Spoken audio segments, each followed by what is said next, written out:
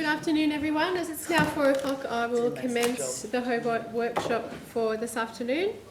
I'd like to advise to everyone present that the audio recording is being made of this meeting. All persons attending the meeting are to be respectful of and considerate towards other people attending the meeting, and language and conduct at the meeting that could be perceived as offensive, defamatory or threatening to a person attending the meeting is not acceptable. Can I ask that all mobile phones please be turned off or put to silent today? Now I know we've got an apology from Alderman Zuko, and we've got a notice of a late arrival from the Deputy Lord Mayor and Councillor Posselt. And in attendance today we have the Lord Mayor Anna Reynolds, Councillor Bill Harvey, Councillor Ben Lohberger, Councillor Mike Dutter, Alderman Bloomfield and Councillor Kelly.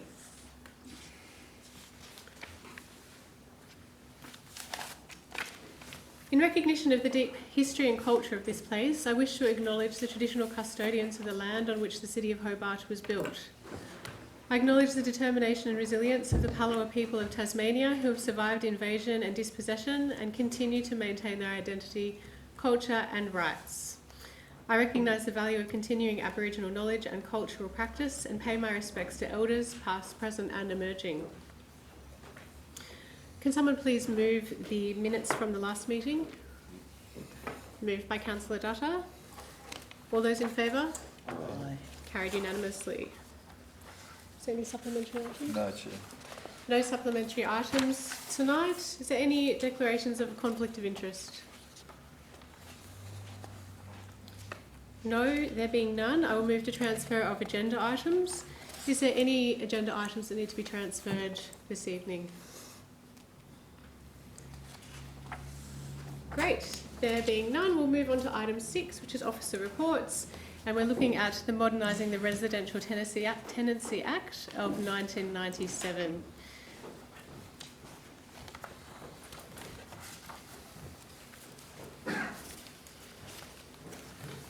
Thank you, Chair. The State Government is undertaking another consultation. We've had a string of these this year.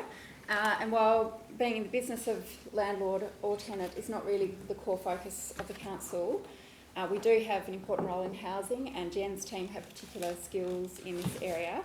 And Jen's available, we'll take it as read, but Jen's available for any questions that you may have about the draft submission. Thank you, Director Abey. Have we got any questions for the officers tonight?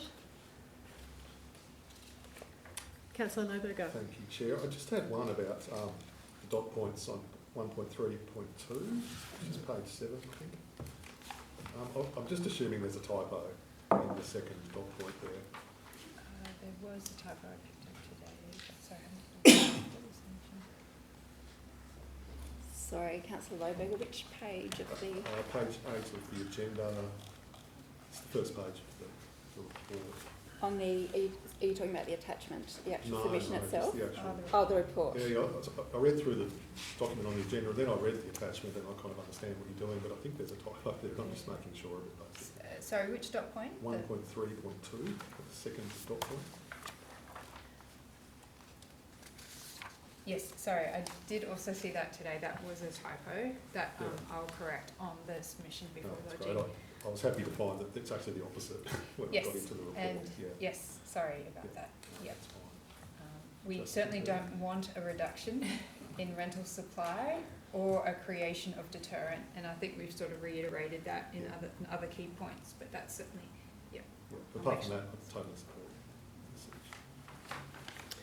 Thank you, Councillor. Any other comments or questions for the staff?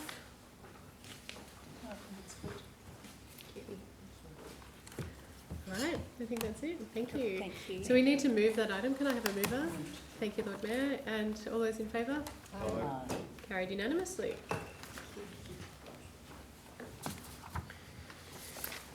So we now move on to item 7, which is items for workshop. So I'd just like to remind everybody and for our audience members in the room today that there are no decisions made in workshop. This is merely a discussion of the items that are tabled tonight. So 7.1 is Wellesley Dog Park off-lead exercise area, and we have 3 deputations for this item. Sorry, 4, my apologies. And the staff are coming up to the table as well after the deputations to do a presentation for elected members. So first up tonight we have Tansy Lewis, while Tansy's coming up to the table, I'd just like to remind everybody that for deputations, we've got 3 minutes tonight. You'll hear a bell at 2.5 minutes. Just here. Just up here, Tansy. Just this seat here.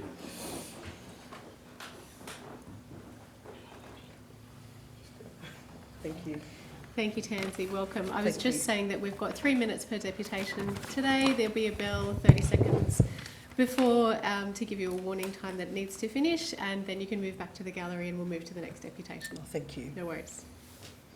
Do I go When you're now? ready, please. Okay. Good evening. I'm Tansy Lewis, President of the Hobart Dog Walking Association, Inc. I have lived in Wellesley Street most of my life and been exercising dogs at Lower Wellesley Park since the 1970s. It's no surprise fencing the already declared dog off-lead area at Lower Wellesley is unpopular with locals who believe in sharing public land. The council did not directly or meaningfully consult the Hobart Dog Walking Association about the fence. Our association has supported the development of several fenced dog exercise areas in Greater Hobart and has knowledge about dog fence design. The council report rightly says a number of respondents, including dog owners, expressed concern that the proposed fence area would be too small to function effectively, potentially reducing rather than improving outcomes for dog exercise while increasing crowding and conflict, unquote. We need more, not less, dog exercise areas as the population and dog ownership increases. 48% of households have dogs. Planning dog exercise areas must consider distribution, capacity, access and walkability, not more than 15 minutes from where the dog lives. Most elected members voted for the $180,000 Lower Wellesley dog fence. The decision to ban dogs from South Hobart Oval in Washington Street must now be revoked. At the 23rd of February 2026 meeting, Council voted that the proposed restriction would only come into effect once a fenced off-lead dog park at Lower Wellesley, South Hobart had been constructed and is operational. South Hobart dog walkers don't like losing public land set up as a recreation ground in the 1880s. We pay high rates. The council needs to follow the Kingborough Council's example and not forcibly remove dogs from the South Hobart Oval until an equivalent or an agreeable site is found within South Hobart. Existing dog exercise areas such as Upper and Lower Wellesley Park cannot be passed off as new. Banning dogs from the South Hobart Rec contravenes Council's open space strategy about inclusion and access. Tasmania has an ageing population and about 30% of Tasmanians have a disability. One South Hobart resident who lives near the Rec texted from her hospital bed saying, "The council's decision has robbed me. I can no longer drive and will never be able to use Wellesley Park unless I'm driven there with my dog." Sadly, she's not alone. Wellesley Street is very steep for walkers and motorists. The final section of Wellesley Street has no footpath and is dangerous for pedestrians, including children. It's also a significant walking distance. Council incorrectly assumed a $180,000 fence would appease dog owners for losing South Hobart Recreation Ground. It hasn't. All the Lower Wellesley fencing idea has done is cause more community discontent. For many years, the City of Hobart had a good dog management policy based on sharing. It's a shame you didn't retain it. I welcome any questions. Thank you. Thank you very much, Tansy. I'd just like to remind our representatives that we're not actually talking about the rec ground tonight. We're talking about fencing the Lower Wellesley area, and we really appreciate your feedback The two are on that interrelated because you have to look at a suburb as a whole, not isolated pockets if you're doing good planning. Thank you, Tansy. That's all Our right, next thank you. deputation is from Amanda Sinclair.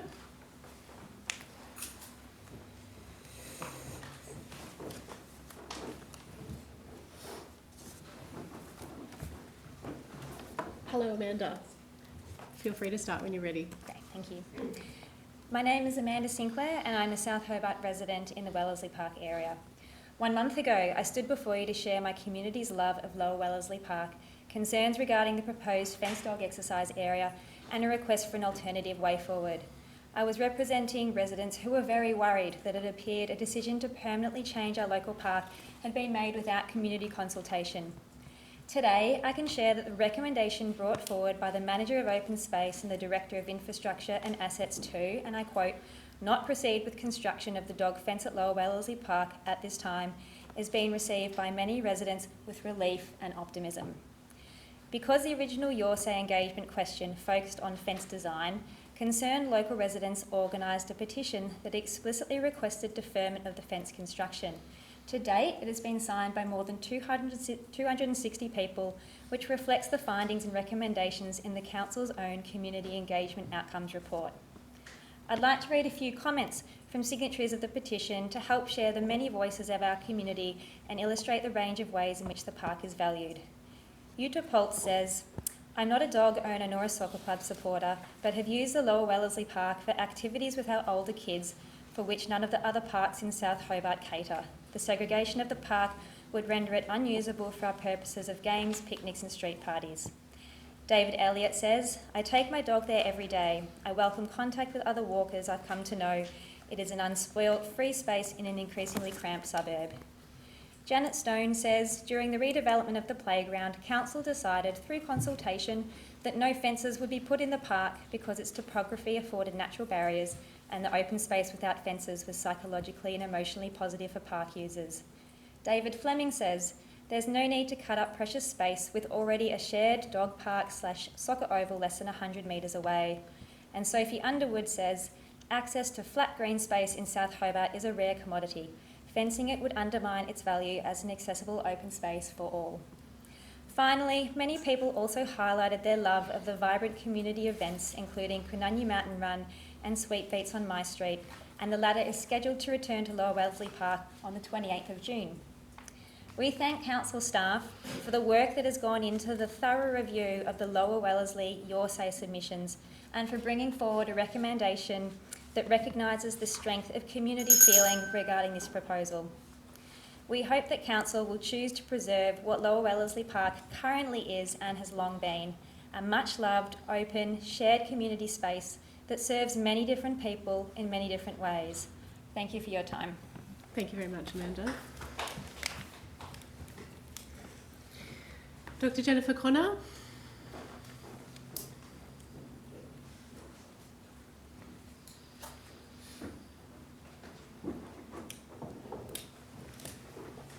Hello, welcome. Thanks, Councillor Kitsos.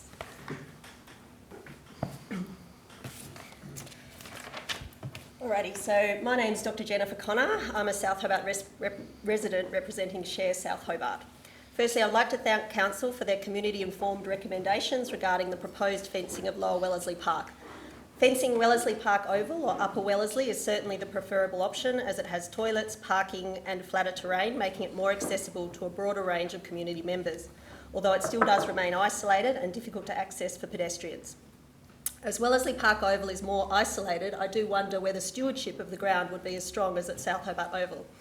As you know, we arranged a community-led volunteer poo pickup during the 2025 soccer season, and that level of informal care and oversight may not continue at a less central, less convenient location.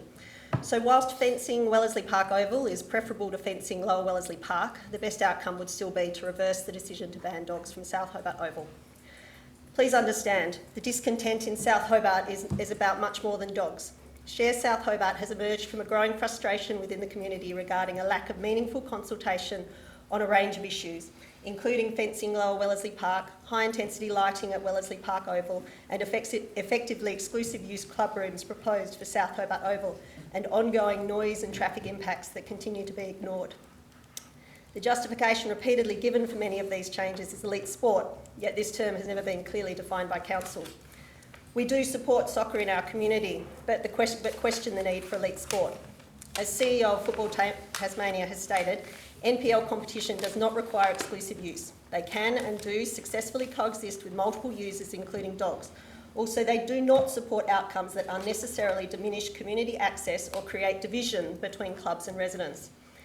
Many residents feel that South Hobart Football Club and Moreton Soccer School have lost their social licence within the community.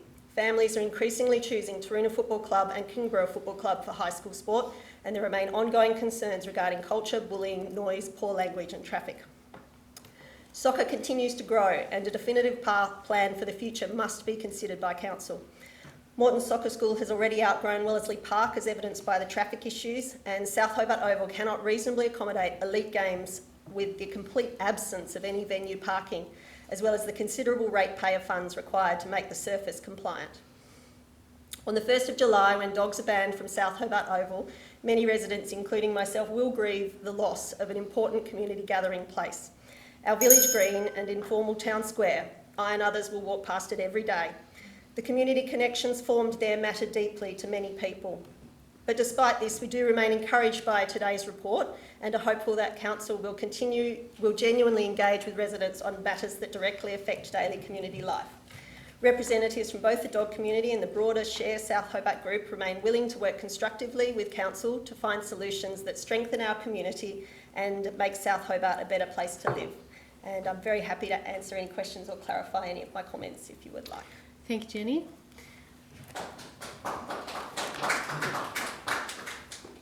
I'd now like to invite Katrina Ward to the table.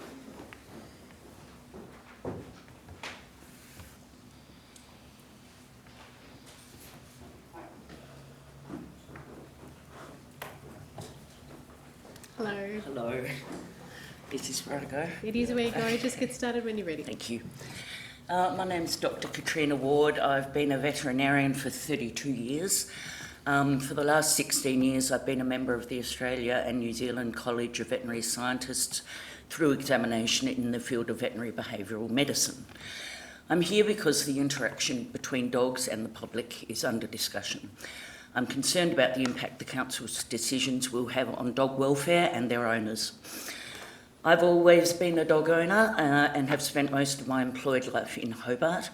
I've also worked as a locum in the UK where dogs are in pubs, restaurants and on public transport.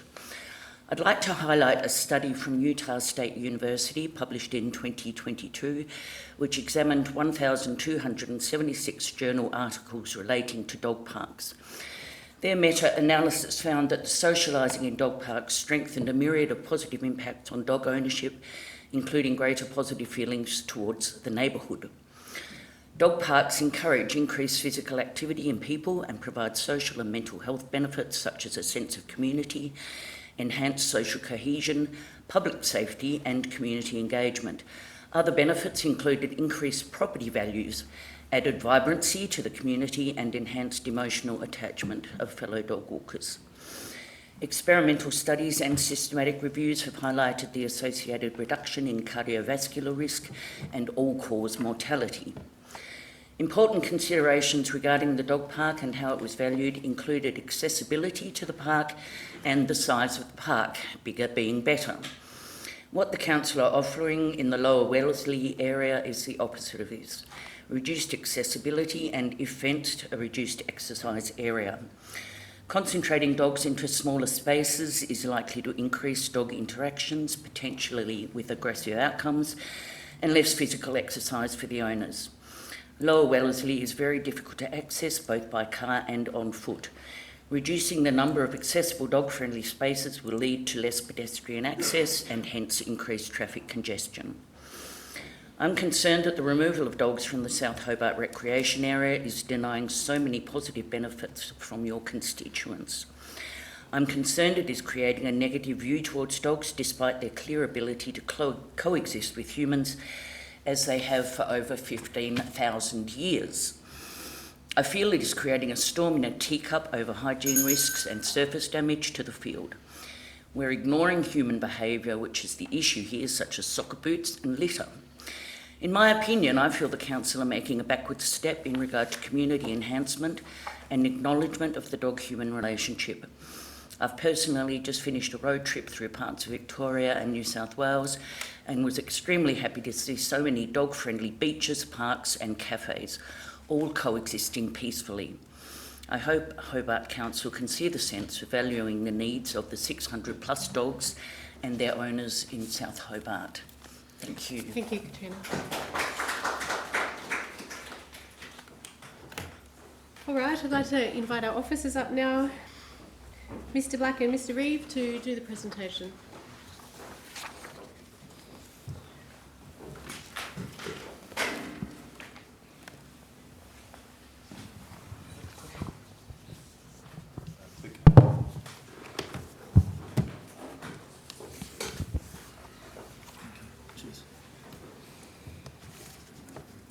Thank you, Chair.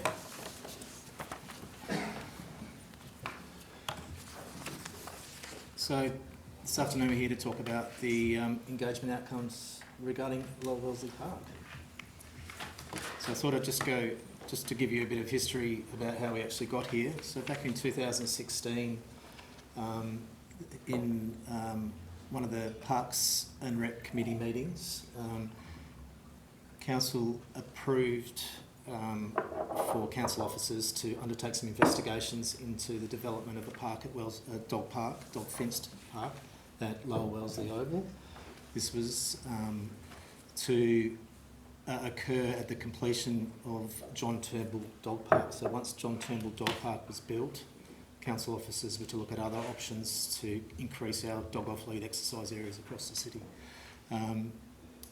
John Turnbull was completed in 2018, so then obviously COVID sort of hit and the project stalled, and it never went any further than that at that stage.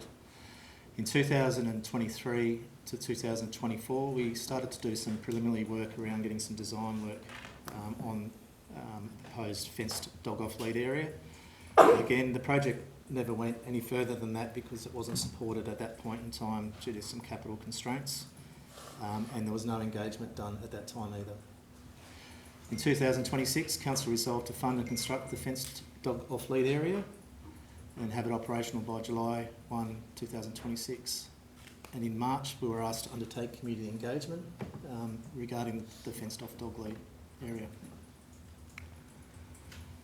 So through that engagement process, received 185 submissions in total. 169 of those submissions were received for through the Yorsay platform, and 16 submissions were received independent of that platform due just to the size of the submissions and the ability for the platform to actually hold that much information. Some of the submissions were quite detailed and extensive. Of the submissions received, 80% were opposed, strongly opposed to fencing off the area at Lower Wellesley. 15% were supportive and 5% were quite neutral. So quite a strong opposition to the proposed design elements of the park. Typical issues raised. These are just some of the examples of essentially the themes that we're picking out through the submissions that we received. So there was some strong opposition to any change, any configuration of a fenced-off area at Lower Wellesley. There was concerns about fragmentation of the open space. There's not a great deal of open space there, and a lot of the community saw that a fence would actually fragment the use of that space. The fenced-off area would give approximately 2,000 square metres of space, which is, in terms of other local council areas and other guidelines that we've looked at, is below the 3,000 minimum required for a dog off-lead area. So most councils, from the research that we've done, look at areas greater than 3,000 square metres. This would have been quite constrained in terms of the space we would have provided for dogs. There was some concern around community events, the use of that space, particularly with the Kanani Mountain Run, and how that dog exercise area, the fenced area, would impact use of events like that. One of the biggest themes that we picked out of the submissions was really around access, parking and amenity. So parking was quite a large topic of discussion. So there is no dedicated parking as it stands at the moment for Lower Wellesley. It's only off-street parking. So that was raised as concern. Access to the park was raised as concern, particularly from the badminton centre, where there's quite a sort of steep gradient for people to walk up. Accessibility, there was quite a theme through accessibility and the ability for people to access the park safely, lack of toilets, lighting, shelters, those sorts of things. A little bit of concern around safety of a night time, so there's no lighting in the park as it stands at the moment, so it is quite a dark area of a night time. In terms of the actual design of the dog park, so what we actually went out with, originally we had the dog park split into two narrow corridors the fenced area was split in two to allow us to sort of rest one area while the other area gets heavily used. It also helps with maintenance, so you can have dogs in the park while we're maintaining the other section. A lot of the feedback we received around that was quite negative as well, and that was seen to actually be quite negative in terms of how dogs interact, and it potentially could lead to dog incidents in terms of being confined, and we needed more open space essentially. Some of the other design shortcomings were, fairly easy for us to look at. Things like water fountains needed to be placed at certain areas in different locations and those sorts of things. From the feedback, we did receive a little bit of positive feedback, and I think it's important to put that up there. Some of the positive feedback was quite short, and that it was, there were people that were supportive of having a fenced-off dog lead area up there. But again, most of the submissions were quite negative in terms of not just the design, but typically the location of the park.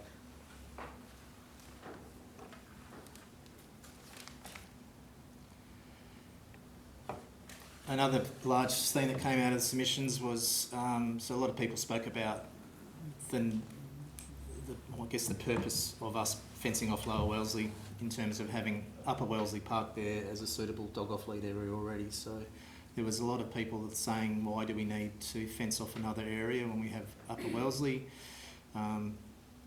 Good comparison in terms of sizes there. So the proposed fenced off area for Lower Wellesley is 2,000 squares, whereas if we look at Upper Wellesley, you're looking at a much larger area. So in comparison, I think, to give you an idea, John Turnbull's around the 5,000 squares, so it's a big dog park, but Upper Wellesley is a much larger area again. Some of the challenges that we had with Lower Wellesley, obviously the parking, lighting, access is an issue. Again, the division of the planned layout, so having a fence in the centre of the dog off lead area was raised again. Limited shelter and shade, and there were quite a lot of comments around the benefits of Upper Wellesley with their parking, toilets, accessibility in terms of, I think there's about 45 car parking spaces up there, including disabled parking, and the existing fencing that's up there at the moment.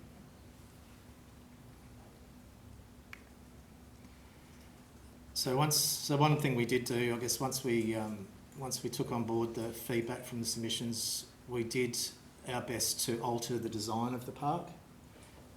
So this is essentially the final landscape design. The centre fence, which would have created two separate runs, has been removed because people raised that as a conflict issue, so we removed that. We're very limited with space up there, so we can't actually do too much more to the design. Unfortunately, it still comes out about 2,000 square metres. So even if we push it to the very boundaries of what we possibly can, that's still the maximum size we can get. We took on the suggestions around the water fountains, adjust where they sit. We included extra seating as was requested through some of the submissions.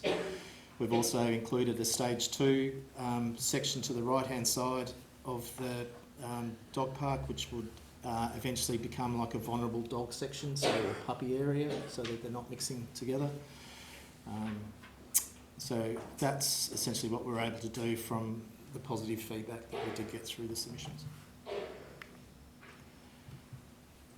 So of that $180,000 that was allocated, $30,000 is currently been spent on improving the fencing to Upper Wellesley. So Upper Wellesley Park has several areas that are quite porous, and they have issues with wildlife coming in and grazing and damaging the ground, but also this new fencing will also not only prevent that, but also can help contain dogs. So it will become quite a well fenced off area for dogs off lead.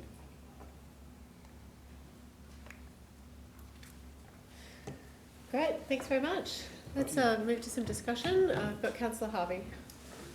Yeah, thanks for the presentation and the report.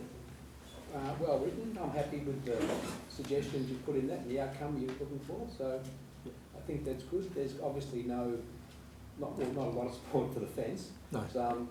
pretty comfortable, we're very comfortable reversing that decision, Chair, I think. That makes sense. Will this be coming to us at the next council meeting? Yes, it will be. If At the end of June. If it's the intention that council would want to make that decision in terms of going back on that previous resolution. And that's what the recommendation will be, is to not proceed with the fence. Okay, thank you, Chair. Great. Councillor Lohberger. Thank you, Chair. I just, I guess I've got a couple of little concerns. I'm pretty happy with the work you've done, and clearly, as Councillor Harvey said, it's not a popular option. I was quite supportive of it. I thought it was a good thing, but the community disagrees, and that's fine. But I do worry a little bit about the ongoing work we're doing at Upper Wellesley and fencing and whatnot, and whether this will lead down the track to the soccer club actually asking for dogs to be removed from there as well. It might well be a question for the CEO, I'm sorry, Michael, but maybe David, I don't know. It's a different type of ground to South Hobart, I think, so we're talking about a very different situation to that one, and a different decision matrix you'd actually take with that one. So it is pretty common for councils to actually have grounds like that will actually have dogs on it when sporting things aren't in play, if you like. So I think that one's less of a risk. So I guess what I'm hearing is that despite the lights coming in, it still won't be an elite sporting ground, and that was the grounds. That's correct. Okey-doke. I do have another question, which I think may well be for Mr. Stretton, but might be for you, David. Just the decision we made in February about restricting dogs from South Hobart Oval, we were given 3 options. And the third option, which was strongly recommended by officers, it included the point that the restriction on dogs at South Hobart Oval would only come into effect when a fenced off-lead dog park at Lower Wellesley Park had been constructed. Now, we're now talking about jettisoning that particular proposal, and yet it was actually highlighted, it's actually bolded, you can probably see it from here, in the actual report we got in February. It would only come into effect when the off-lead dog park at Lower Wellesley Park has been constructed. So I'm wondering what the effect of that clause is on that decision we made, given what's happening, what we're hearing tonight. Look, from my perspective there, I think you'd wrap them both up in the same thing. So what we're talking about here is council made some decisions in good faith in terms of the direction they actually wanted to go in. So what we're talking about is we listened to the community and what the community had to say, and we're suggesting maybe there's another thing we need to actually go back and review that. So we'd look at both those things and unravel those together, if you like. So effectively that was the resolution, and we'd be asking council to sort of change that resolution. Just in terms of the broader issue and where the officers landed in terms of the advice they provided to council, it doesn't change the risk. The fact that we're not able to provide, or the community doesn't support the provision of Lower Wellesley as a dog exercise area, it doesn't change the basis for which the recommendation was made to the council in respect of the South Hobart Oval, nor does it change the decision in that sense. So those factors remain. Equally to irrespective of the provision at Lower Wellesley. Thank you. I guess my final question is, would I be right in assuming that changing the focus onto doing work in the Upper Oval will sort of tick this box for staff, but regarding some sort of another facility in the suburb? Yeah, it certainly will improve the situation. It's actually there, obviously it's used at the moment there, but it's obviously got its faults. So it'll certainly improve that situation. Thank you, Chair. Deputy. Yeah, thank you very much, Chair. Thank you for your presentation, and thank you to the community members for their deputations as well. Look, I think it's a productive outcome, and it's improving the off-lead access in the suburb. I'm just wondering, just with regards to point 3, that council resolved that the 30,000 previously allocated for fencing improvements at the Upper Wellesley Oval, when can that actually be done? Because I think, as has already been spoken about, we had in our original motion that on the 1st of July, dogs would cease to have off-lead there at Darcy Street. So when can we get this done? That's happening. So, I mean, from our perspective there, what actually happened, that was already a separate allocation. It was sitting in the budget. All we've done is actually tied it up with this additional allocation for economies of scale more than anything. So we're already moving ahead with that. That was already a resolved decision from council during the capital works process. So it is happening. So just operationally and just as a matter of logistics and for the community as well, if that, can that go in line with, look, this is going to cease and then we'll have this available almost parallel to that? Because I think it'd be really important for the community. You can't, if you're not going to have that one up there, then you're going to cease this one, then there's going to be nowhere, well, not nowhere, but that won't exist anymore. So the community's now in limbo. Yeah, no, it's like, it's a much smaller job than what it would have been to actually construct this particular park there, so that'll be done within that time frame, yeah. As in, it'll come to council and then...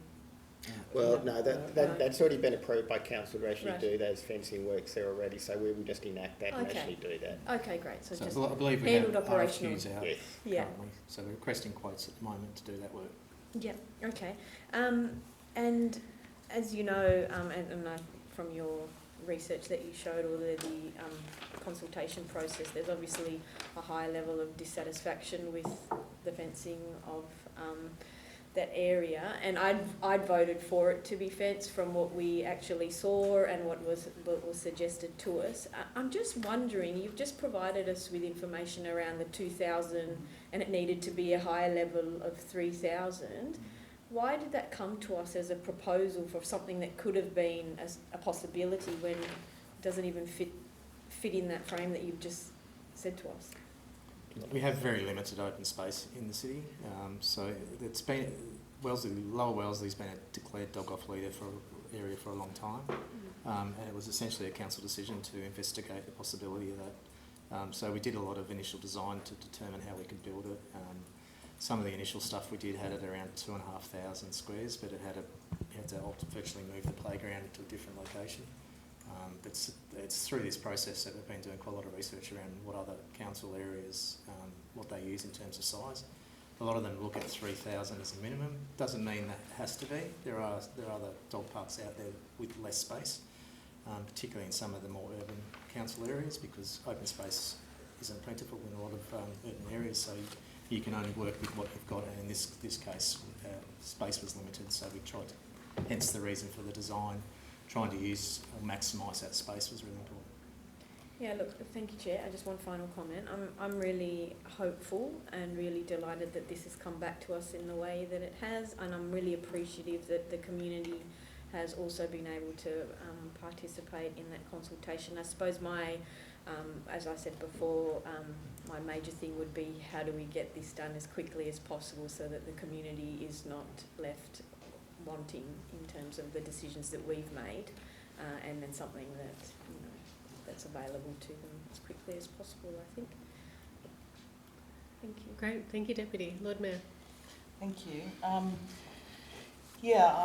also really pleased with the recommendation, and want to thank the community for their deputations, but also their input. I think some of your submissions, did provide really high quality feedback. It wasn't just sort of form letters. It was really considered, and I had a vibe about it being too small, and so I am interested in the guidelines sort of coming to light sort of later. Which guidelines are they? Are they sort of like, did you say that? Is there like a national... We looked at, there's no standard, but there's guidelines around there. One of the ones we looked at was the Geelong City Council guidelines. There's some in New South Wales as well. Trying to find other council areas in terms of similar sort of available land like we have, so to see how they manage it. But there is some differences there. Geelong had a 3,000 minimum, but again, it really comes down to available space that you have to work with, and ultimately that's the space that we have. Yeah, no, I do agree that it did feel that it was going to be a bit small. So, and it's quite it's interesting how much bigger Upper Wellesley is. It's quite significantly bigger. Couple of questions just around and very pleased, and I think great that Upper Wellesley is going to be made more usable for that purpose.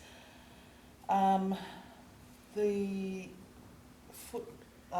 toilets and the whole facilities at Upper Wellesley, how accessible are they, and what sort of do we have to open them at different times, or like, is there a different?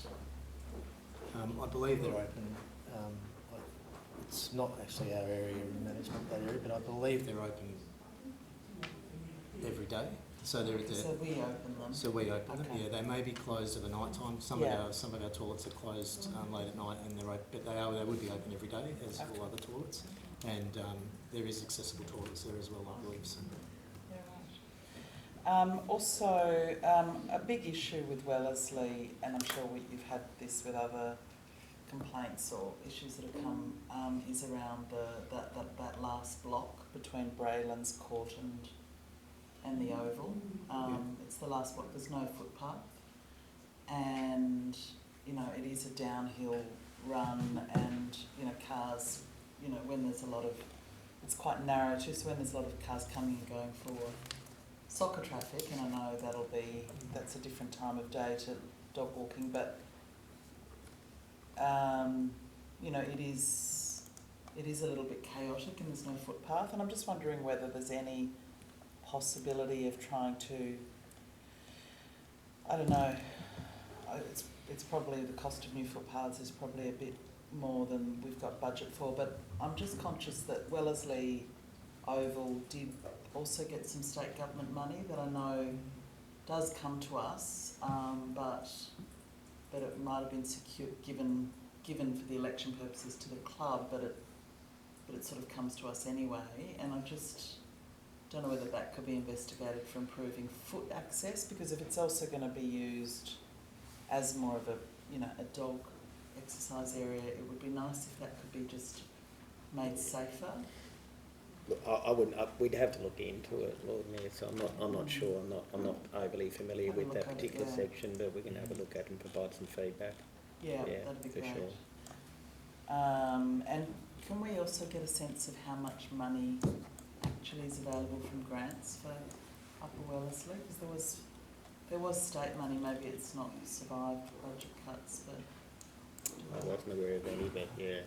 It may have paid for the lights, but Yeah. maybe I thought there was some other things it was potentially going to pay for, but yeah. Okay. So yeah, maybe if we could take that one on notice as well, that'd be great. Thank you, Lord Mayor. Councillor Dutta. Thank you, Chair. I want to thank the representatives for their presentation and for their involvement in this matter. And I also want to thank the staff for their report and their consultation. Thank you so much. I was going to ask you a question, but it already been asked. But I just want to emphasize that the results here, 80% is very strong, and it really has given us, as elected members, to support the community decision. Now, my question goes back to the February meeting, and I just want clarification here. Firstly, when in the February meeting under 4.94, it was stated that it is proposed that this restriction, what is the definition of this restriction and what constitutes that? What is the restriction? Can you further clarify that, please, Okay. Councillor Dutta? Now, in February, in our open portion of the council meeting, I refer to page 44, item number 10, and I read 4.9.4. It proposed that this restriction would only come into effect when a fenced-off dog park at Wesley Park, South Hobart, has been constructed and is operational. Now, so my question is, when we are saying the words restriction, when this restriction, now what are we referring to? Which restriction? Just from what you're saying, and without the detailed refreshing of my mind, that's basically it being the South Hobart Oval being a declared dog exercise area. That's what the restriction is referring to, I believe. Okay, so we'll need some clarification to read the whole thing, in the context maybe. Just needed some clarification. So, say for example, if the interpretation is taken that this was condition precedent will that then mean that this was only going to go ahead, the restriction, if there was going to be this fenced-off area built? If this condition precedent wasn't met, then that restriction will be lifted. Yeah, I mean, I don't read it that way, but I'll take some advice Yeah, and okay, come thank back to you you. on that one, councillor. Yeah. I just wanted that clarification, that's all. Yeah, thank no, you. it's a fair question. Thank you, councillor. Alderman Bloomfield. Yeah, look, I am a bit concerned because the results of the two surveys are so disparate to each other. They're massively different. To have an 80% no on the second element when it appeared the first lot of consultation was in favour worries me because I feel like we've just interviewed two completely different lot of people, which then implies and I guess this is what worries me. It's like, are we designing for South Hobart or are we designing for Hobart? If we're designing for South Hobart, then South Hobart residents who are directly impacted on their homes should be present in the area. And if it's designed for Hobart, then we probably should have been a little bit more generic with our consultation, because it feels a lot like with this differentiation of results being so profound that we've actually seen a bit of, I worry, a bit of tainted consultation with an awful lot of people who had a vested interest in the sport to basically influence the result. Because it was interesting to me, originally everyone was saying, oh, well, you know, it's the dog owners that were influencing the result. There's not very many of them. I actually worry now that it's the other way around, that they've been shouted down by a group of people who, once they got what they wanted, they didn't care what happened after that. And we're now left with something that no one wants. And that worries me a lot. And the other thing was too, when you talked about the comments, you had some positive and you had lots of negative. How many positive comments were there and how many negative? Like, I mean, you probably know how many positive there were. I reckon it was small. Was there a physical number? Yeah, it's about 15%. But that doesn't tell me how many. Well, 15% would be anything. So it'd be about 32 positive comments. 32 positive comments. And so therefore, but the actual comments that were negative were what? Oh, 130 plus. Okay, so it is quite, yeah, because you know we only had 2 positive, 2 negative on the thing, so the positive element was far more strongly represented on our table. The other thing would have been too, and we have a total there for the consultation, the actual totals? 185. 185. Okay, so we're only just outside the limit that would actually give us a reasonable assessment as well. My understanding was about 125 of a consultation process actually starts to get us within a ballpark of statistically significant outcomes. Okay, so I just worry that what we've done is we've talked to the community, the directly affected community second, after talking to a non-directly affected community first. And I feel that we should be listening more to the impacted and clearly upset community a little bit more, because I feel that we're probably not really getting the gist of what they actually need. And did they suggest anything that they did want? I mean, we've talked about what they didn't. Did they suggest anything that they did? They did, and that's sort of resulted in some design changes, which I showed that final But that slide. still didn't give them happiness, like it didn't No, actually give a result that anyone's going to be happy. Some of the positive feedback was there was a little bit of positive feedback, but it was also it also contained design changes that they would like to see supported as well. So. Yeah, but are we going to go back and double check that that is actually going to be better than 80% dissent? Or what do we do with this?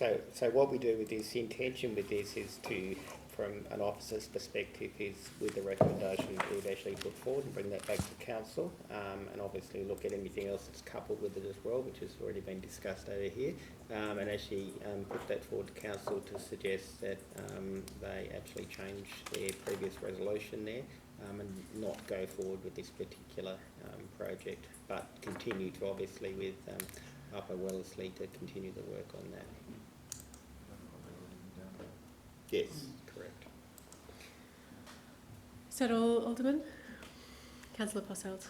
Thanks, Chair. A couple of things to reflect on. I think for me, very happy with the recommendation. Thanks for your work. And it's always frustrating when you, I think at officer level where you're like, oh, cool, you know, the community wants this and the council wants this, and I'm going to do all this work to design it and make it lovely and put some hours and also some of yourself as an officer into a project, and then to go out to consultation and find out that no one wants it must be frustrating. So I feel for officers involved, but I also respect the community's involvement and their desires. So very happy with the recommendation. I guess for me, the two things that spring to mind are that I don't necessarily think this should be the end of finding an off-lead area, dedicated off-lead area in South Hobart. There are some other areas that we maybe haven't explored, like land owned by Cascade, which is currently cleared, which could be potentially a place with some deals and arrangements with Cascade and further consultation. So I don't think that this should be the end in the longer term. But in the interim, I think that Upper Wellesley fencing is a good solution. But I do know that street very well, and I have friends that live in the narrow section that the Lord Mayor referred to and have had difficulty with soccer traffic. They have young children and babies. I just wanted to point out that I think that particularly with the bushland section at the end of the house on the lower side, I think that it's not overly feasible to build a traditional footpath. However, there is a set of stairs that goes into the bushland and goes all the way down to Washington Street, I think it is. I'm just checking my South Hobart map in my head. If it's possible to consider formalising and maybe changing the stairs to ramp and formalising a bushland path to the soccer car park, that might be a happy medium that provides a place for people walking their dogs, but also for the local residents to push their pram or take their kids and get down to the oval without having to use that really narrow and very, very busy part of the road during soccer comings and goings. So yeah, if we can have a look at further pedestrianisations, including things that are a bit outside the box of our traditional side of road footpath, that would be good. But otherwise, I'm happy with the community's guidance on this. I'm happy with the recommendation. Thank you for your work. Great. I'll now open to questions from the gallery. Councillor Kelly. Councillor Kelly. I just think we've got to get this really right. When there's 15 suburbs, I think, in Hobart, and you know, just, once people see what's happening in South Hobart, you know, other suburbs are going to be wanting similar. So the template for this, we've got to be bearing in mind that will this work in other areas and how much money we spend in this suburb, in fairness to other suburbs. You know, we've got to be consistent, I guess. But good report and good to have the consultation and all that, and listen to that and be able to adapt. You know, there's other places I've seen people ring me. There's like little blocks in Lennon Valley, for instance. A lot of people are probably aware of the one I'm talking about in Gearbong Road, which was once just a pocket park, and you know, that's been turned into a dog area there, and it's caused a lot of problems. You know, and there are other areas there to look at, and but hopefully moving forward, the lessons we learn from this will be able to overlay into the other areas, which will be coming. Thank you. Great. Thank you, Councillor Kelly. So questions from the gallery. If you've got a question, could you raise your hand and we'll take it to the relevant officer.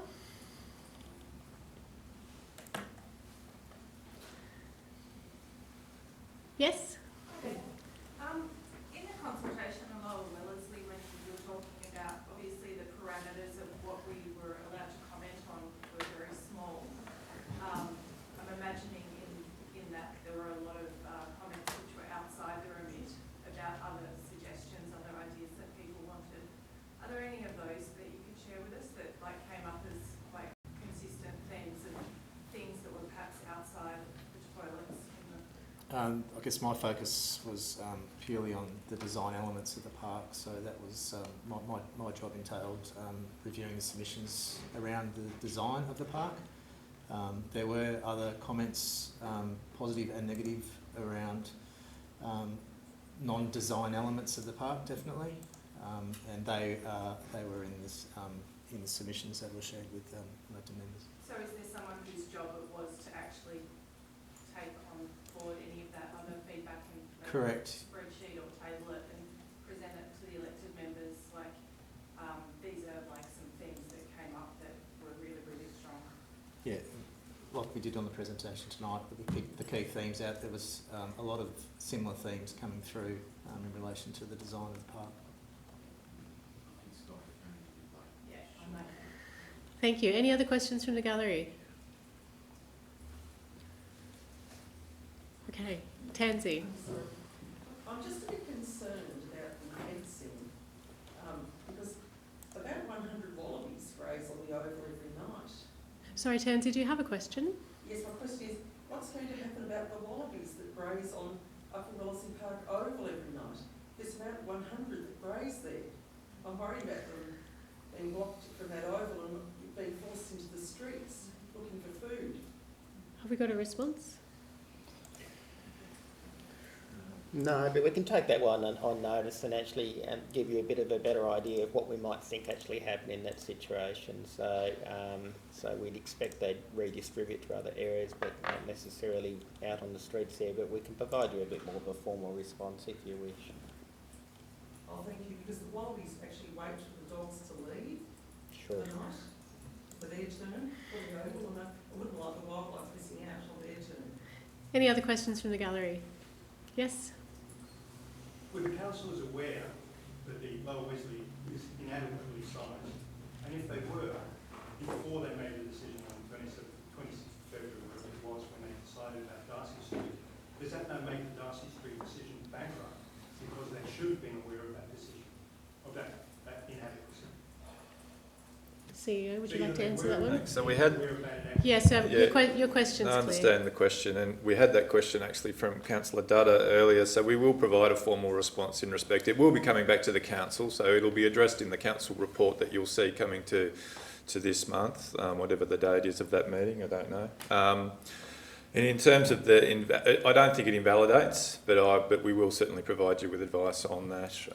And again, the recommendation from officers to consider the fencing was really about trying to find an outcome as to please as many people as we're able to. Obviously, the sizing based on what the recommendations are in guidelines is not what you would have in an ideal state, but there's very little that's ideal in terms of trying to find solutions to existing suburbs, you know. So, but certainly have a look at the report that we prepare later this month.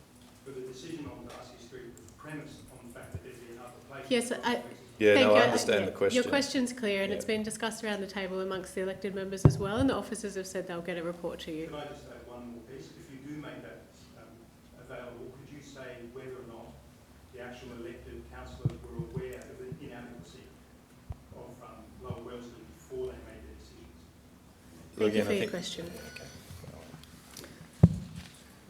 Look, we'll just add my contribution to the end of that discussion tonight. I'm really pleased with the response that we've had to the community's feedback tonight. I think it's a really good indication that council is listening to what the community want. I would just like to point out and ask the question to officers that it seems like South Hobart, in particular, we've got all of these different pieces to the puzzle that we've been working through over the last 6 months. It seems like there might be a test case here or an opportunity to work with a community around community sentiment, community engagement, the bigger picture across the suburb, and whether there's any kind of place for this sort of, I guess, looking at the effective management of shared public places and an engagement model that finds all of the parties involved feeling like there's been a satisfactory outcome. It's a very big question. I mean, it's a difficult one, but I mean, it's interesting, isn't it? Because we've got to this point where it's gone through a few different iterations, and we've gone to the community, and we've heard from the community very strongly. And I guess what we're trying to do is respond to what the community said. So you could actually look at that and actually say, well, that's success in terms of what you're actually doing in terms of that. There's a lot of people that say, well, you could have done that better, or you could have consulted with extra people, or you could have done this or couldn't have done that. But at the end of the day, if you look at what we've actually done through that consultation process type of thing, we probably got to the point where we said, no, we're not going to keep charging ahead with the project there. We'll stop and we'll actually review and we'll actually look at what the best option is going to be. So in some ways, it's actually been quite a good process. But I think there's always scope for improving and looking at what you're doing, and we'll continue to do that as well. Great, thank you for your answer. All right, let's move on to the next item on the agenda tonight. Thank you very much.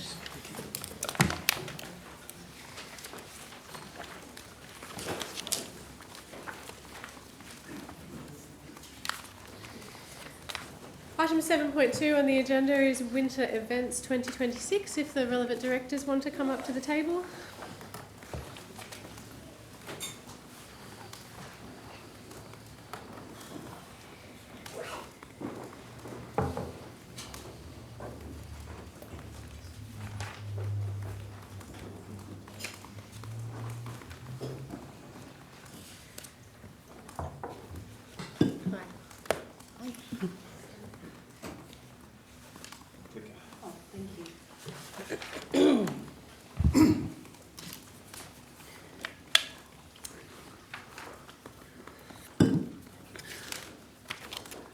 Good evening, everyone, and apologise, I'm still getting over the dreaded flu, but just slight croakiness to my voice.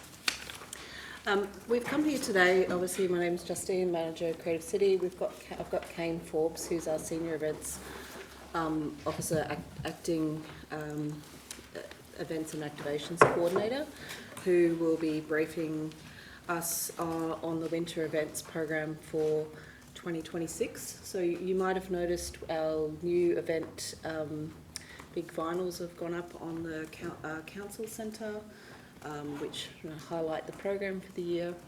And each season we're looking to present to council on what's happening across summer and winter, and give you the opportunity to have feedback and review. So I'll get straight into it. That buzzes. So our winter events program is May to August, and it's not as busy as the summer events program, but certainly has quite a lot going on. So in this presentation, I've really highlighted the 4 key deliverables we have for winter events, which is our major festivals, which we partner or sponsor, our city delivered events, our event equipment provisions, which we work with for all the in-kind, and any activations that we deliver in partnership with the city or external event or community groups. So as I said, the winter events is the major events are the big ones. So I'm just going to highlight the key ones, all the ones that we have sponsored.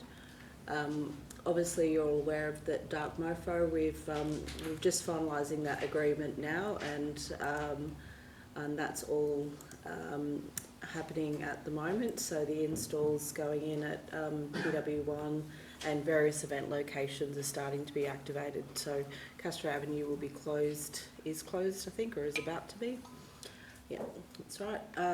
Next one is the Festival of Voices. So we provided the 72 cash funding and in-kind for those. They have a fairly new director who's planned a lot, so it should be a pretty busy event season for them. The biggest event they do is the Big Sing at PW1.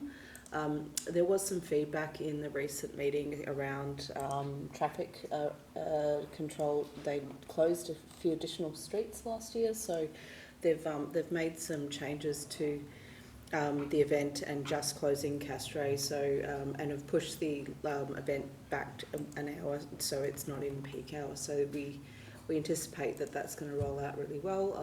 See the images last year's Big Sing, slightly adjusted the staging as well.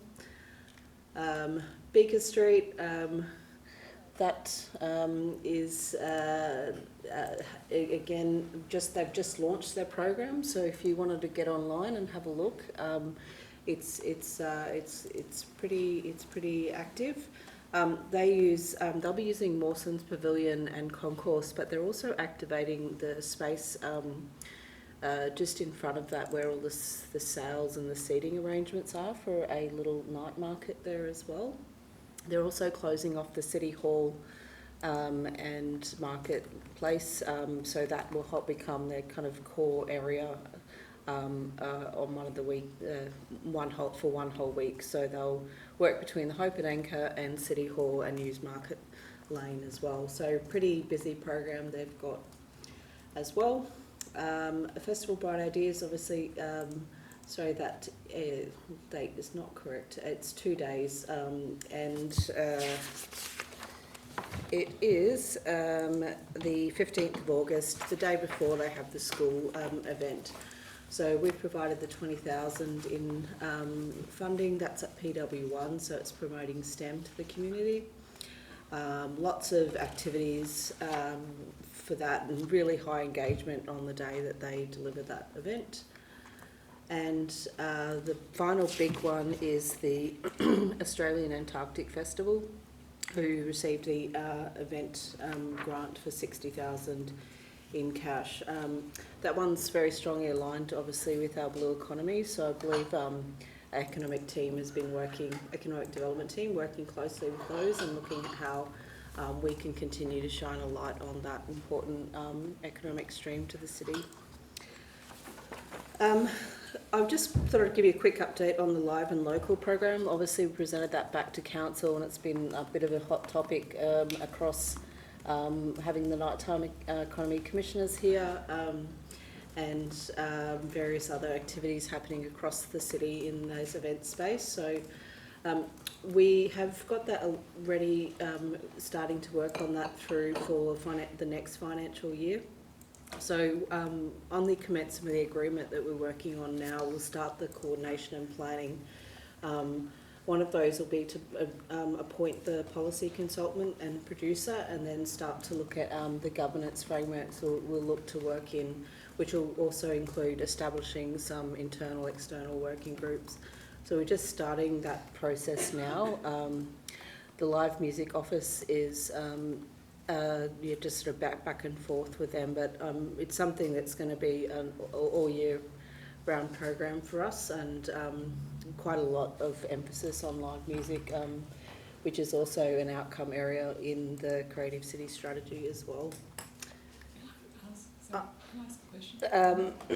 Sure. Sorry, with that previous one with the night thing, are we going to also possibly, I mean, I know that you guys have landed very heavily on regulation and changes there, but when we had that presentation, they were also talking about the cultural change, and I'm actually questioning whether or not we should be looking at some kind of educational element too, to say to business, this is how you could change subtly the way you run your business to actually kind of like bring them in. Do you know what I mean? Yeah. Alderman Bloomfield, that's a great question. I reckon it's probably saved for the end when we've got through the presentation, because it's a really good discussion point. Yeah, it is. The Live and Local program is a one-year pilot program that local government look after in terms of the actual physical environment. So the regulatory piece is actually one of the outcome areas to give to state government, but it's a good point. And I think what different local governments deliver for Live and Local it varies. So if there's specific areas that you guys are looking to see, and we have all the ability to feed that into our own program, because it's adapted to each city. So great to hear the feedback. I think at this point I'm going to hand over to Kane to drive. So thank you. Great to be here again. It's an interesting challenge with such a fantastic winter program in Hobart to think about what enhancements can be added, particularly with something as internationally renowned and synonymous with Hobart's winter as Dark Mofo. So my street is a response to this, hyper-local. Hyper intimate, and the spectacle exists in your street as opposed to one of the major venues in the city. We ran expressions of interest to be involved. We doubled our EOIs this year and have selected 4 communities to co-host My Street events, starting this Sunday with Forbes Avenue in West Hobart, 28th of June in South Hobart, 5th of July, West Hobart again, but very different offerings for the community. And then as a special treat, we're moving out to Ferntree on the 12th of July to use their fire break at the end of Bracken Lane as an event venue.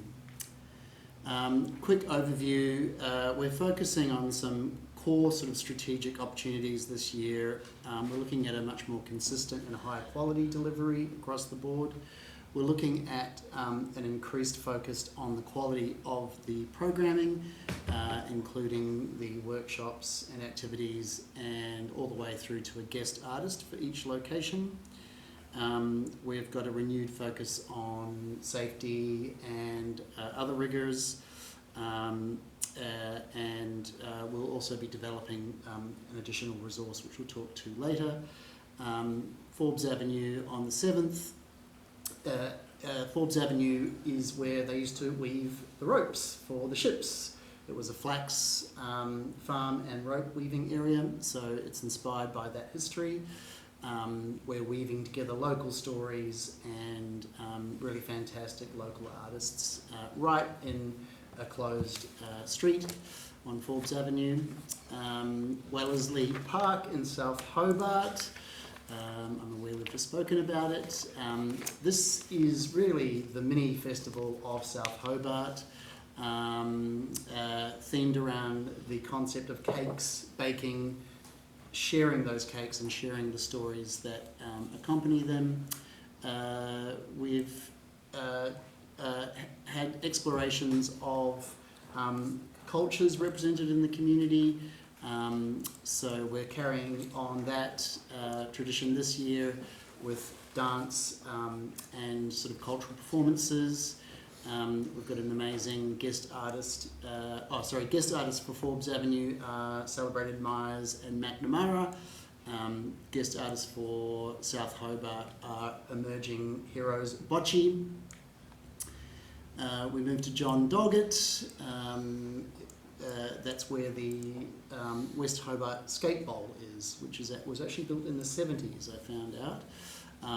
We'll be using the skate bowl for a She Shreds social skateboarding session.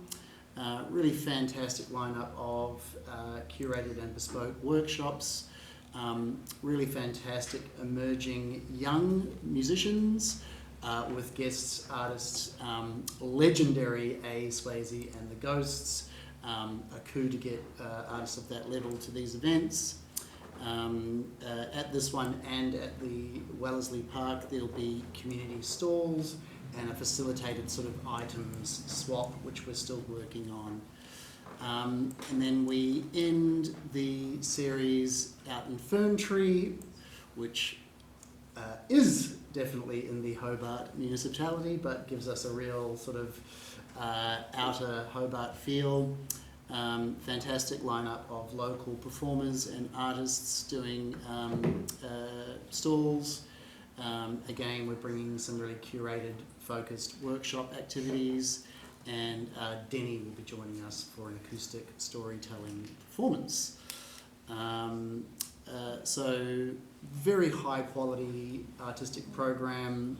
The sites have been designed again within budget, but to very high quality, and we're really happy to be presenting this series. I think it's a really perfect accompaniment to the major festival program happening alongside it. Yes, we'll talk about the Gig in the Box soon. Floral shows, we love them. They do a wonderful job for the community. They're extraordinarily high quality events. They're celebrated by the community. They're over 150 years old. We have two in the winter period, spring period really, the spring show and the orchid show. Got a very, very dedicated following and committed community around them. And we're doing a lot of work with our event equipment. It is busy and it gets used a lot. It gets ridden hard and put away wet, as we say. A lot of it has come to the end of its life. A lot of it has been too busy to be rigorously assessed and maintained. A lot of it just needs to be rethought in terms of, is it still providing the appropriate offer that the events ecosystem needs currently. And we're also doing some targeted event investment. So the container that you see there is not our container, but we will be making a Gig in a Box, which is essentially a one-times mini festival of equipment. It becomes the stage. When on site, you pull your event out of it and set it up. We'll be trialling it through My Street. It will be somewhat progressively built through My Street, so don't look at the one at Forbes Avenue this weekend. But we think it will be a really appropriate and super useful addition for the event season, particularly through winter, it being really, really weatherproof. City activations, yes, that's us putting up the commander for Japanese Children's Day. There is a lot of work that we do through the activations thread. Most of this is supporting City of Hobart initiatives. Paint the Town Red will be the next city activation. We're looking at doing some projections on this building.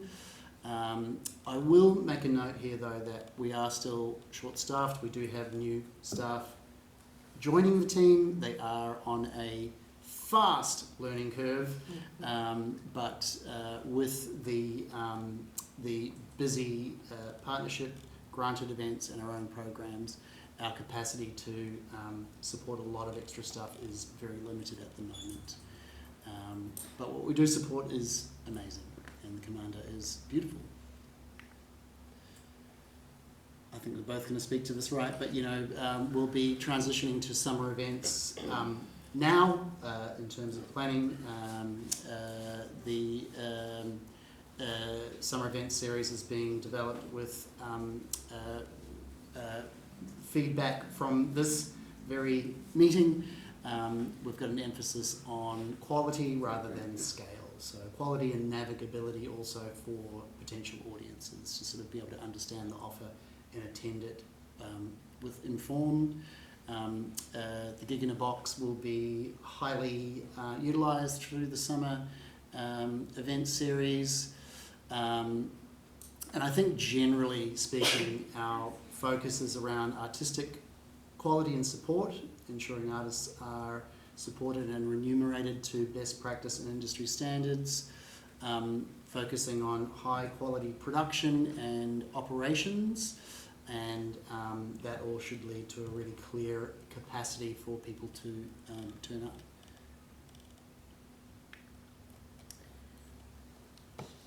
Yeah, I think that's one of the My Streets ones from Yes, last year. And Newdigate Street. Newdigate's, yeah. So, so the winter events program, as I said, it has quite a few different elements. The intention is, you know, before we get into each season, is to present to council and then present back the findings after the season. So we did that with the summer events program last. I think it was February, March this year, and had some really good feedback from elected members. I think particularly around the summer events, how they were sort of stationed everywhere. Let's just pop them in one space, which kind of led to the Gig in the Box idea, where it would just be an easy one-stop shop. The winter event season is slightly, obviously, different from the summer events, which is super busy and the peak season. So we really do change our focus to supporting those big events with all the in-kind and cash, and then My Street's really about bringing people back to their neighbourhood, being able to celebrate and get to know their neighbours more well. It's also a time where we can start to review our event equipment, which is not as being as heavily utilised in the summer event season, so it's a time to do all our auditing as well. Great, excellent. Yep. Any questions or comments? Lord Mayor. Thank you. Yeah, it looks great. I really love lots of those ideas. I had a couple of questions about the Gig in a Box. Yes. Really pleased to see that, and I'm just wondering whether that will also ever be available for some of our grantees, event grantees, like rather than asking us for a $10,000 grant. Yep. That we can say, well, would you like, instead of $10,000, to give to a commercial operator? Yeah. You know, our kit might be suitable for your event. Yeah. And sort of, is that? Yeah, and I think some of the feedback you've given in the past around having those resources, that is going to really aid and assist smaller events to do a gig. So obviously this is something that everything can be put in, you know, your PAs, extra, and then taken to the location and set up immediately. So it's a stage. it's much, so our design has the roof pop up, so it has a roof, covered stage over it as well. Eventually. I know, we sort of started, we found the shipping container, and there's not many that have a full open side, so found the right shipping container, and then we're looking at doing a wrap on the container with this Creative City Strategy icons, the logo, which is just about finished, and we'll send it through to elected members soon. But yeah, it's meant to be an easy access space that anyone can use. There's actually quite a lot shipping containers in Hobart. People love to use them, but there's also a couple. I think Dark Lab and Taste are looking at some of the low waste washing shipping containers as well. That'll be an asset that many people can use. But yeah, anything that we can do in our event equipment hire to help local operators, I think, is a good thing. And so if a little festival that was doing something, I don't know, at the rugby park or something, wanted that, I mean, presumably it has to be delivered by one of our trucks, and is that complicated or expensive? We have a delivery fee associated with some of our event equipment, so we'd probably just have to look at how that, you know, the capacity to do that. But yeah, basically it just sits on the back of one of our depot trucks, and it's dropped off in the location, and then it's really nothing really further required than opening it up and setting it up. Okay, so it can actually move around with the PA system and stuff in it, or We'll load it. Well, this is probably more to you, yeah. Yeah, it depends on the scale. So you might need to hire a bit more than we've got, but you would. The short answer is yes. Yeah. That's what we're hoping. There are some questions to iron out in practice. So, for example, a safe method to use the stage, for example, and set it up, and is that something that we can reasonably expect a community hirer, or do we need to go set it up and commission it, for example? But yeah, we would be able to put a small PA in that we have, but you know, they might need a bigger one to hire. So for a lot of some of the Myer Street events, we'll be hiring the PA that does the stage, for example. So those 4 Myer Street events are great testing grounds for us to be able to see how it will work in different locations, small to larger scale, and then we'll obviously just be adding in what are the basic essentials of the kit that you'd need for those various events. Just going back to the major events, I understand that the Beaker Street which has a sort of an Antarctic Hobartic sort of theme to it, and the Australian Antarctic Festival, and they're like within 3 days of each other. My understanding was that it was our hope that they were going to be working together, but they're kind of split off. Yeah, Beaker's over 2 weeks and the Antarctic Festival's over 3 days. 3 days. It's a tricky time because I think a lot of them have to get in before September because of the weather. So August is really the cut-off. Not much happens in September and October. But can we keep trying to work on, because it feels to me that there is economies of scale for some of these events in working together, and obviously, you know, Festival of Voices and Beaker Street are completely differently themed. You know, there's no alignment, and they're a long way away from each other. But those two, like it seems like it would be better if they were working together for the success of both events, and for the economies of scale. So can we sort of push that a little bit harder next year in terms of I think that making their funding a bit more dependent on they do have a new director at the... I think that's what happened. I think we had an anticipation that they were going to work together. Antarctic Festival. And a new director from Melbourne or something. She's from Melbourne, that's the one. Thanks to keep it separate. Councillor Harvey. I'm interested in the live and local program. What sort of venues are you proposing? Are they established venues, new venues, pop-up venues? You know, is there a variety of venues and size of groups and bands and all the big questions that everyone's asking at the moment. I think what we're just, I think it went to council April 30, and we're just starting the agreement with Live Music Office, and possibly might be something that we bring back to a workshop to look at the scale of what we do. The thing with the Live and Local program, it's so adaptable to the state. So the initial thought, or to the city which you work, so I think the initial thoughts are that we put together some of the people in that group.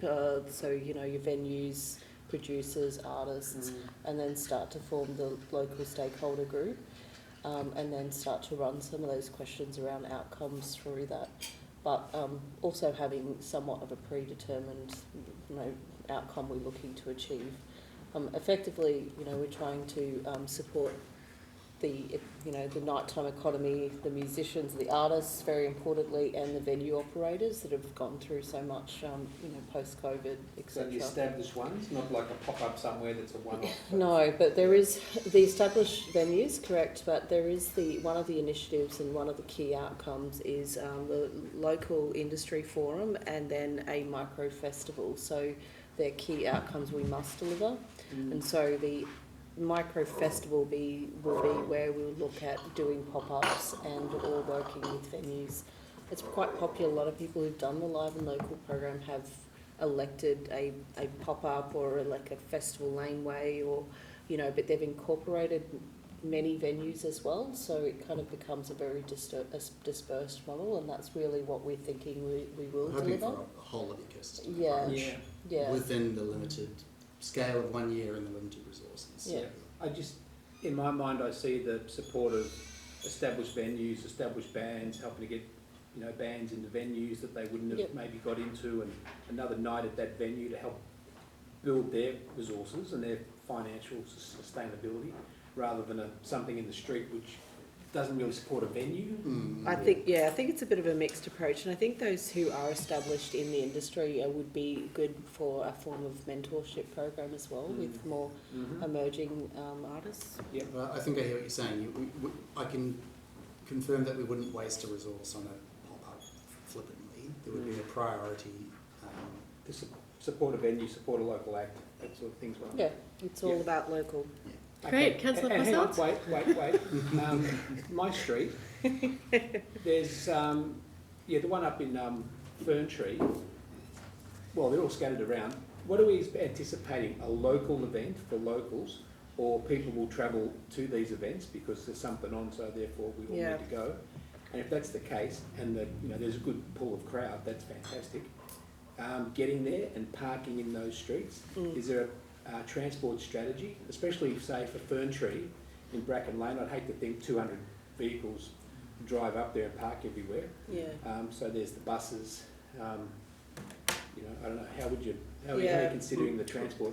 There's four. Out of the four proposed, two are looking at the bigger scale, and two are very, very local, homogenous to their neighbourhood. So Forbes Avenue is very, very small, and it's literally one street that is being closed off, and it's all the houses around that street. So it's not wide open. We're not really advertising that one, but like the buy-in from that neighbourhood, it sounds like a pretty cool place to live, to be honest. But they're all kind of really, and it's about their neighbourhood, and that's really the core of the program, and that we work with those community partners so they learn how to do events. They become event organisers with us. So, but the bigger ones, and obviously there's issues with something like Wellesley Park around the access, is that we're looking at traffic management plans and communicating those to the community. The other one up in we've got traffic management plans. We're focusing comms on public transport and pedestrian routes because they are hyper-local events. And there will be additional accessible parking and drop-offs where for things like Wellesley. These are not. It's Hobart. They're not very accessible spaces. Ferntree's another of the other small one. So, and again, that's very local. It's very the people who live there. They're all Sunday? Sundays. They're all Sundays. Yeah. Yeah, I'm just thinking, since I'm now a badminton player, that I've never realised how popular that car park is. It's busy of an evening all the time, so it's not going to be an evening gig, is it? No, everything roughly 12 to 4. Yeah, Yeah, cool. they're all afternoons. Yep. Councillor Posselt. Thank you. Mine are pretty similar in some respects to the ones that the Lord Mayor raised. First, the Gig in a Box, great initiative, love it. Haven't spoken to Mona about theirs. I don't know whether it got fabricated, but they might have some... Yeah. I know all about it because I did that. Excellent. Kane's ex-Star Club, but don't hold that against Cool. him. No, never. Oh, no. Ex-Mona. Ex-Mona. I would, I guess I'd encourage, if we're going to do it properly. Yeah. And if we need to buy an expensive type of awning and an expensive PA and make it work, and sort of future-proof it, rather than like a kind of, whatever better term, half-assed effort based on budget constraints or whatever it may be, I'd prefer to see us spend money. One of the things that piqued my interest was when you said that we're going to wrap the container, and I thought, that's really nice to put a nice bit of branding on it or something, but maybe, given it's a shipping container, maybe we'd be better off getting a local artist. I knew where you were going. We did look at that at the first. Yeah. But then we've just got this beautiful design for the Creative City strategy that we think will look great on a wrap. But both ways will look great. Yeah. Even if it's like it could be anyone, but someone kind of like Tom O'Hearn who's got his we kind of went down that pathway now. We actually had an artist teed up to do it. Oh, there you go. When it didn't work out. But it will pack a punch visually, I think, whichever way we go. The new brands are really nice. The other element of the Gig in Box thing that captivated my attention and my imagination was the notion of the same concept, but for someone just supporting, so generic, but rather than, you see this image here, lots of marquees going up, which are problematic in their own right in our climate, particularly with the wind. But some of these great initiatives that you've got in the street parties, that they could be housed in future modularised boxes where you just go up to Wellesley and drop down 5 ship containers, and that's the entire setup done, and fold them up and go. So I'd love you to use your imagination. Shipping containers are about 3 grams, so... no, they're not. They used to be. Depends how long they're going to ship, but depends how much on the type. Fab Crew to do, because I think they're super creative and impressive. The only other element for me was, similar to the Lord Mayor, Beaker Street Festival of Bright Ideas and the Antarctic program. To my mind, I've attended all of them, and the things that strike me as ways to improve, they're too small to stand alone. By combining them, you will get a better result. I'm also not that convinced on the time of year. And I feel like, maybe sort of 2 weeks ago, mid-May, where the summer program's done, but I just find at that time of year, the chances of good weather is low. It's proper cold.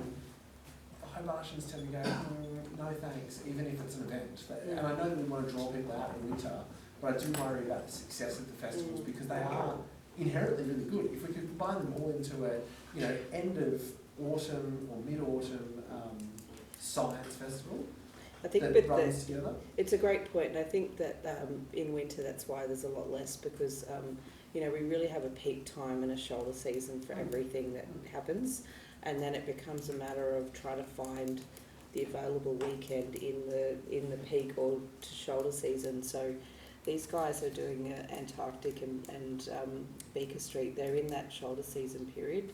There's just not a lot of time left. We've got a whole calendar of events in our office which shows which each of the available slots are, and in summer you get a lot of crossover, not so much in winter.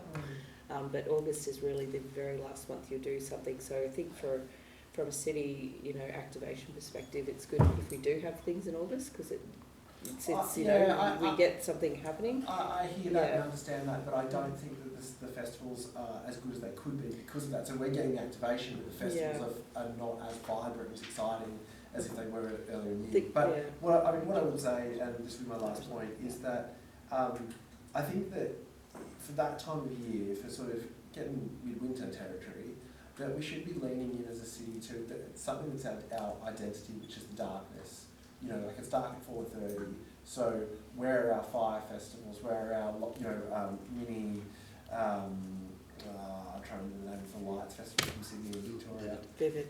Mini Vivid in Sydney and the equivalent White Night in Victoria. But where are our little things that really capitalise on illumination and light and fire that say we're embracing the dark, as opposed to science festivals on windy, cold Sundays? That's a good point. Thank you. I'll Just- feed it back to Yeah, the cheers. Thanks for listening. Yeah. We've got Councillor Lerberg and Councillor Kelly, and then Alderman Bloomfield. Thank you, Chair. I've just got a few comments, really. Thanks so much. These events are great. I've really appreciated the ones that have been held in my suburb, and I think the schedule of events looks good. I think the point is we're trying to do something in winter, and we know it's hard getting people out when it's cold. It's a bit harder even still when it's cold and dark. So I do probably support having them during the day.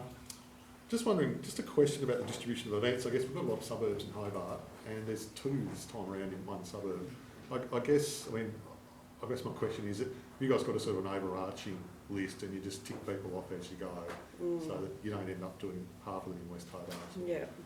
We ran an EOI process with an assessment panel, so there was a score against 5 different assessment criteria, so that was how the decision was made for those particular events to go ahead.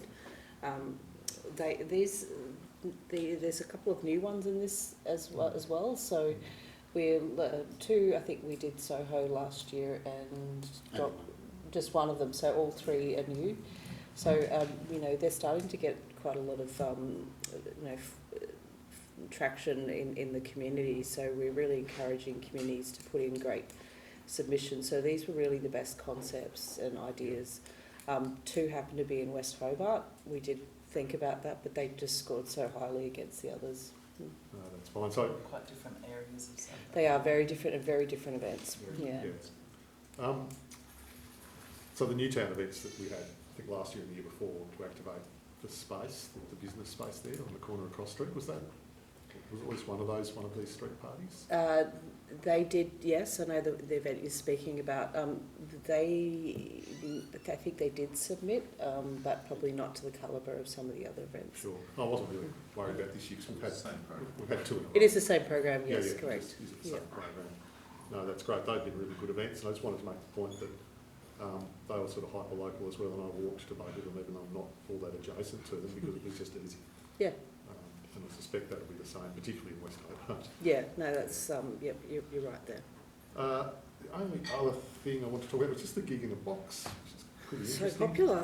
Yeah, I mean, I know a few of the people that do this sort of stuff, and I was just wondering about, I've seen a very similar concept on like a removals truck, where the side opens up like a food van and forms a roof, or sort of a shield for the dance floor, and then they just built it out from up there. And the only issue with that, of course, is always getting in and out of the truck because it's 5 feet tall. There's probably some safety issues, but I just wondered if that was maybe something to look at in the context of the shipping container, because obviously transport's a lot easier. You just drive this thing up, park it, open the side. Very similar to this, where you drive it up and drop it and then open the side. But yeah, not sure what the costing's like for both. But yeah, there's all different models. I think this one's a really good fit for us because of our depot team and what they do. So, but you're right, there is quite a lot of different models that you could apply for this concept. I guess we've got the equivalent. We do, correct. My roadie mates don't. Yeah. Great, thank you, Chair. Excellent work. Thanks. Thank you. Councillor Kelly. Yeah, great blend of opportunities there. Where do you start? I mean, you must be looking at so many opportunities. It's great. It's a great problem to have, I guess, isn't it? Quickly, residents getting support, which is fair enough. I've been to some where residents do it all themselves, or a lot. They can be really good or really bad, and so that I just think it's absolutely important for your guys' continued support there. The modular system, it's great, can just be overlaid, different suburbs, different years, freshening up, easy to do on the outside of containers, and the half containers are great options as well, and all that. I've done a lot of work with containers, and definitely a fantastic concept.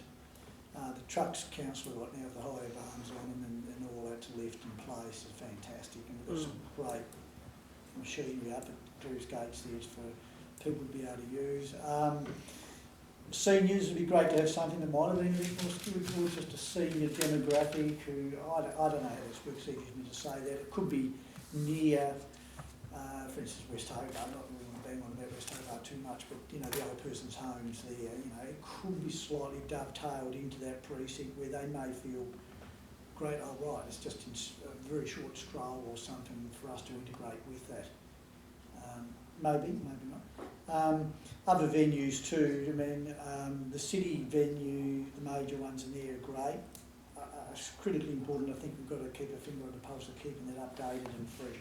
Something new, you know, and as good as some of these other long-term ones are, they can sort of turn into the Taste of Tasmania thing after 20-something years. It's a bit of, we've got to be ahead of that happening, I think.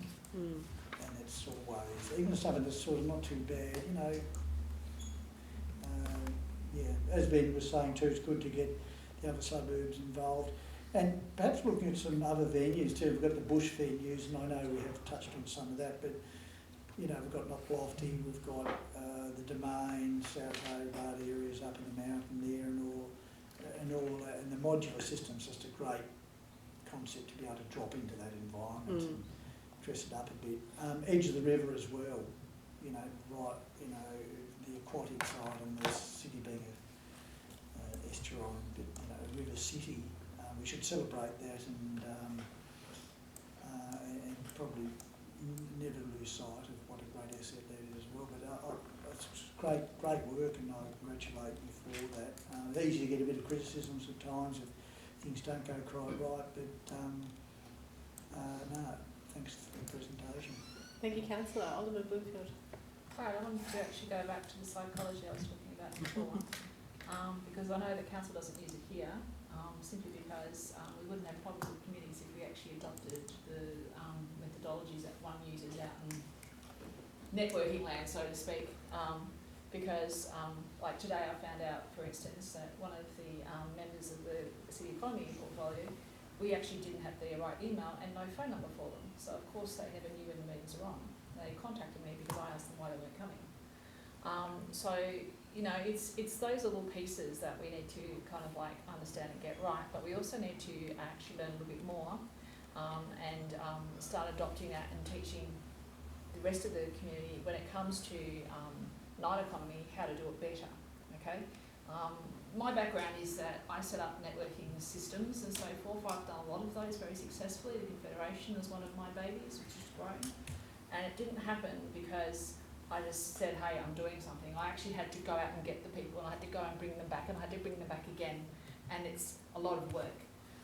We need to actually be able to disseminate how that can be done, not necessarily with networking, but with actually other types of organisations that want to bring people out at dark when it's uncomfortable and difficult, because it's all about the hierarchy of needs, belonging. Belonging is all about what we're trying to establish, because the one thing that we learned at that thing the other night was that it's all about the fact that our biggest competitor now in this particular part of the industry is Netflix and Uber Eats and things like that. It's a society of comfort and isolation, and we need to basically redefine that and remind them what they're missing out on, creating the fear of missing out, creating the sense of belonging, and all of those things are things that we actually need to learn about for ourselves and then reach out and teach this industry. Because the other thing that they pointed out to us was, in order to get the same results, we had to get bigger toys. We had to get not one type of band, we had to get 3 bands, and it had to be a lot bigger than before, just to get the same number of people to turn up. So this psychology is actually really important, because it doesn't cost a lot to do, but it'll actually give us an enormous return on investment for the entire community it's supporting. So I actually think that that is actually more valuable, a lesson that we got the other day, than people are actually understanding. I can tell you more about what I know, but I know I don't know it all, and I also know that there's probably completely different ways of doing it. And the other reason I mention it is because I look after other hotels and all sorts of places like that, and there was a country pub the other day that was saying to me, oh, we need to get another van. And I thought, what do you have a van for? He says, oh, well, what we do is that we're in the middle of nowhere, and, you know, we want people to turn up. So what we discovered is, if we get a van and a few of the locals know, we go out and get them, and we take them in. They have a really great night, and at the end of the night, we put them all back in the van, and we take them home again. And that happens all the time, okay? that was another 30 to 50 patrons that they were actually able to get who spent money in their hotel exclusively because they thought ahead and just changed their offerings. So what I'm trying to say is that there's different things of doing the same, you know. So that's something that it's not about we do that. It's about we learn about it, we educate, and we support, because that's cheaper than trying to constantly find lots of money, to constantly trying to find bigger bands and all the rest of it. Advertising is expensive. So that was the one thing I wanted to look at. I also wanted to point out too with the gig in the box. I love the idea; it's great. But I was actually the first thing I thought about when you started talking about it was actually the Christmas carols, because I can remember being one of the big sponsors for one of them, and they needed thousands and thousands of dollars to actually set up the stage. So I paid for their stage, and it was a lot of money. It was thousands and thousands of dollars. And so that's what this is replacing, which is brilliant. So it actually means that things like Christmas carols, I think it would be big enough to do that, wouldn't it? Probably not. Not a lot of the Christmas carol staging is quite big, like 8 to 12 metres, but it just depends on what the type of carols it is. If it's the local variety, or as opposed to your major carols. I was just wondering that's something else we should probably be looking at, simply because those get held back with the sheer cost. They really do. Yep. And the other thing was, when it comes to Baker Street and those things, now a lot of that stuff is based on scientists, okay? And you probably know this, I think, because that's your industry, right? My industry, we have to do like 40 hours of education every year to keep our licences, and I don't think scientists are much different. In fact, they're expected to do a lot of conferences and training. Now, we need to also be keenly aware of when that's done, because my fraternity, we have times of year when everyone does conferences, and I think in different industries it's very much the same. So possibly one of the reasons why Baker Street and so forth was actually established when it was because that's when they're not actually having to go out and do their training and so forth. So I suspect, and I know May, June right now is when I'm normally doing all my training, okay? And I don't know whether or not, whenever their groups are, but that will probably be a really big impact on what you're looking at as well, because it does revolve around scientists, and scientists are only available some of the year, not all of the year. So it's actually probably where we start, because if we don't have them, we don't have anything at all.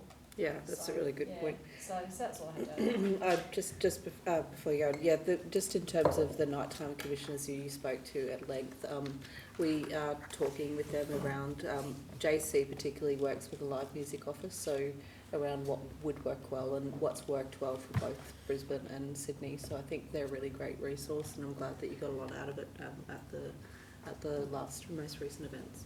Great. We've got one more contribution here from Councillor Thank Joshua. you. No contribution, just one question and one observation. I think this is fantastic.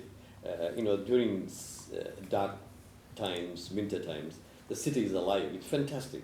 While others might think differently, I think this is a brilliant job. Thank you so much. And my only question is, how are we going to advertise this? Because sometimes people say, "Oh, I didn't even know about it." And that's all. Thank you so much. Yeah, there's a couple of different, obviously, going back to the original program overview, we've got major festivals, city events, event provisions, and those activations. So they will probably have different levels of advertisement. So the major festivals, our comms and marketing team work with those big festivals like Dark. I know they're doing a great media campaign around free promotional tickets for those who are parking well, and the Hobart, One Hobart, Hello Hobart as well. And then with our smaller events, we do a more targeted local posters and working with the communities. So there's a bit of a difference. And then the event equipment, it's kind of in the background happening all the time. We're working on those. When we do get the gig of the box, we'll probably look at a bit of a campaign around it. Our winter event season's a trial run, and it'll be, I think, be ready by summer for us to use and others. So, and then I guess in terms of the activations that we deliver, there again can be a little bit more on the local level and what City of Hobart advertise. But you're right, it's a really important part of any especially for the smaller ones, bigger ones. Very, very important to get them. Yeah. Yep. Thank you. Sorry, one more. Sorry. Hot August tonight is yes. huge as well. The really, and I actually volunteer every year for that one. It's lots of fun just to be part of it. And August Jazz, is that the one? August Jazz. Sorry. North Yeah. Hobart. Anyway, the interesting thing with that one is it's based on a lot of volunteers, but mostly the volunteers are actually the musicians, which is really sad. And what I do as part of Rotary is we actually collect donations to pay them, but obviously they're never ever going to get anything close to a material amount. But on the other hand, it does bring the people. So it'd be really interesting to take what we don't from that and whether or not we can, because that's exactly what you're talking about. It's using all the different places. They're all making lots of money on selling the drinks and the food and all the rest of it, which is great. So it totally activates the area. That does it extremely successfully, but at the cost of the artists themselves. So it'd be really great to see what we could do with that model and see if we can change it up and make sure that the artists get paid, which would be great. Yeah, very important. They recipient of event grants in the past, and you're right, they activate a lot, but have very much a volunteer model. So it's something that probably isn't got.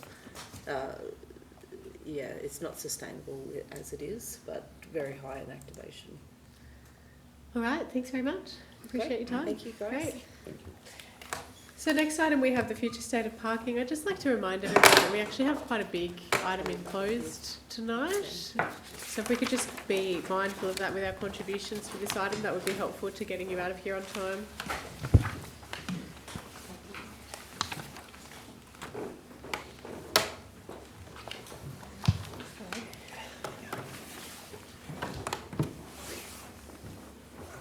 Thank you, Chair. Well, this should be a very quick item.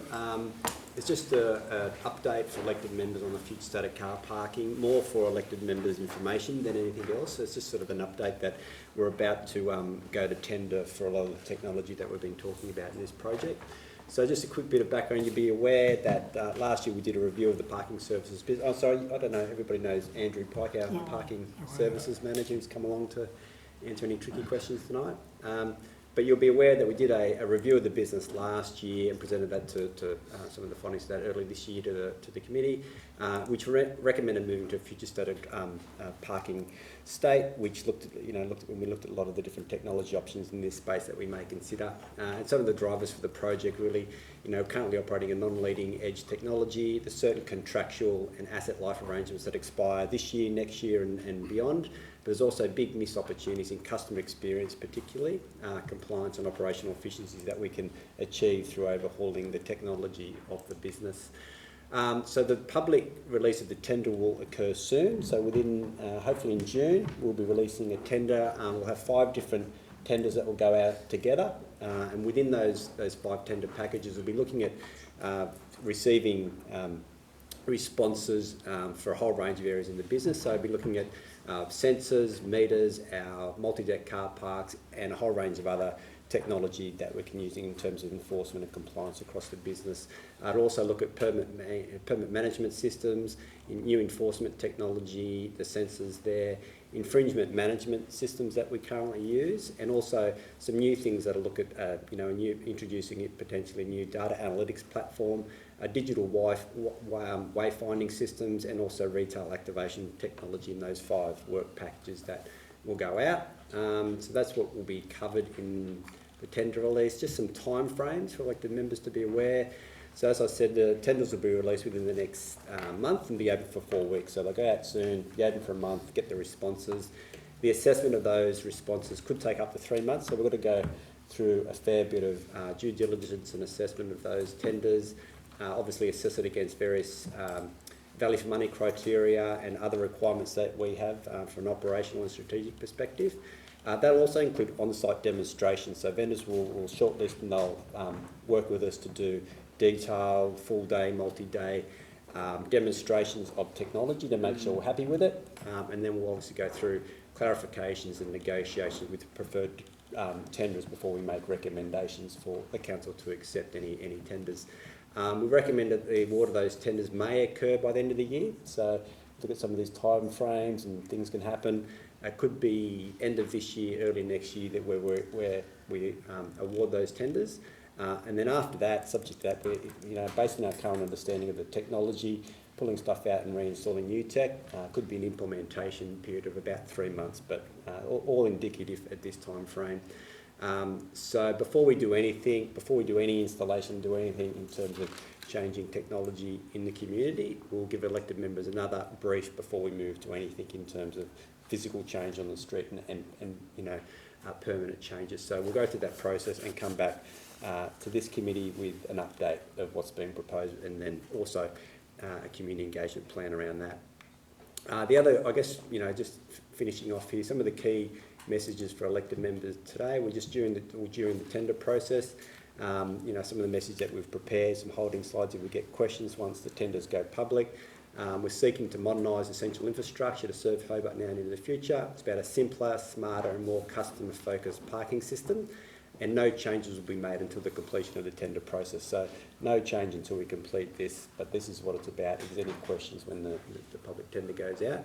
And then once future technology is known in terms of what we're going to implement, Council will communicate any of those proposed changes with the community to ensure that the transition in terms of current technology is as smooth as possible for stakeholders. So that is kind of it. The only other update I wanted to throw in at the end that relates to parking is we've been working on the boom gate up at DCAT at the aquatic facility. So we've gone out, we've got a supplier that we're working with. We've had a few back-end integration issues with the new system with the leisure management system at DCAT, but we're working through that IT complexity at the moment, and we hope to have that completed, installed and operating this month.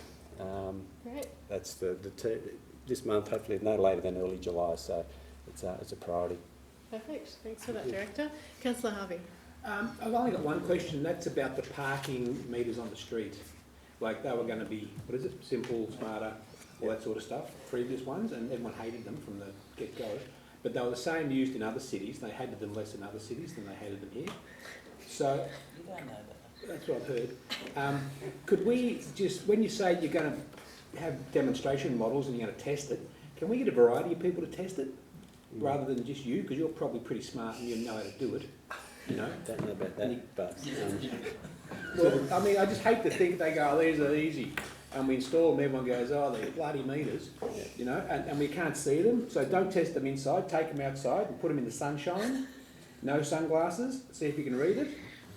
I'm just conscious that I don't want this to, you know, if this goes the same way as the last ones went, and they were going to be great, and they weren't.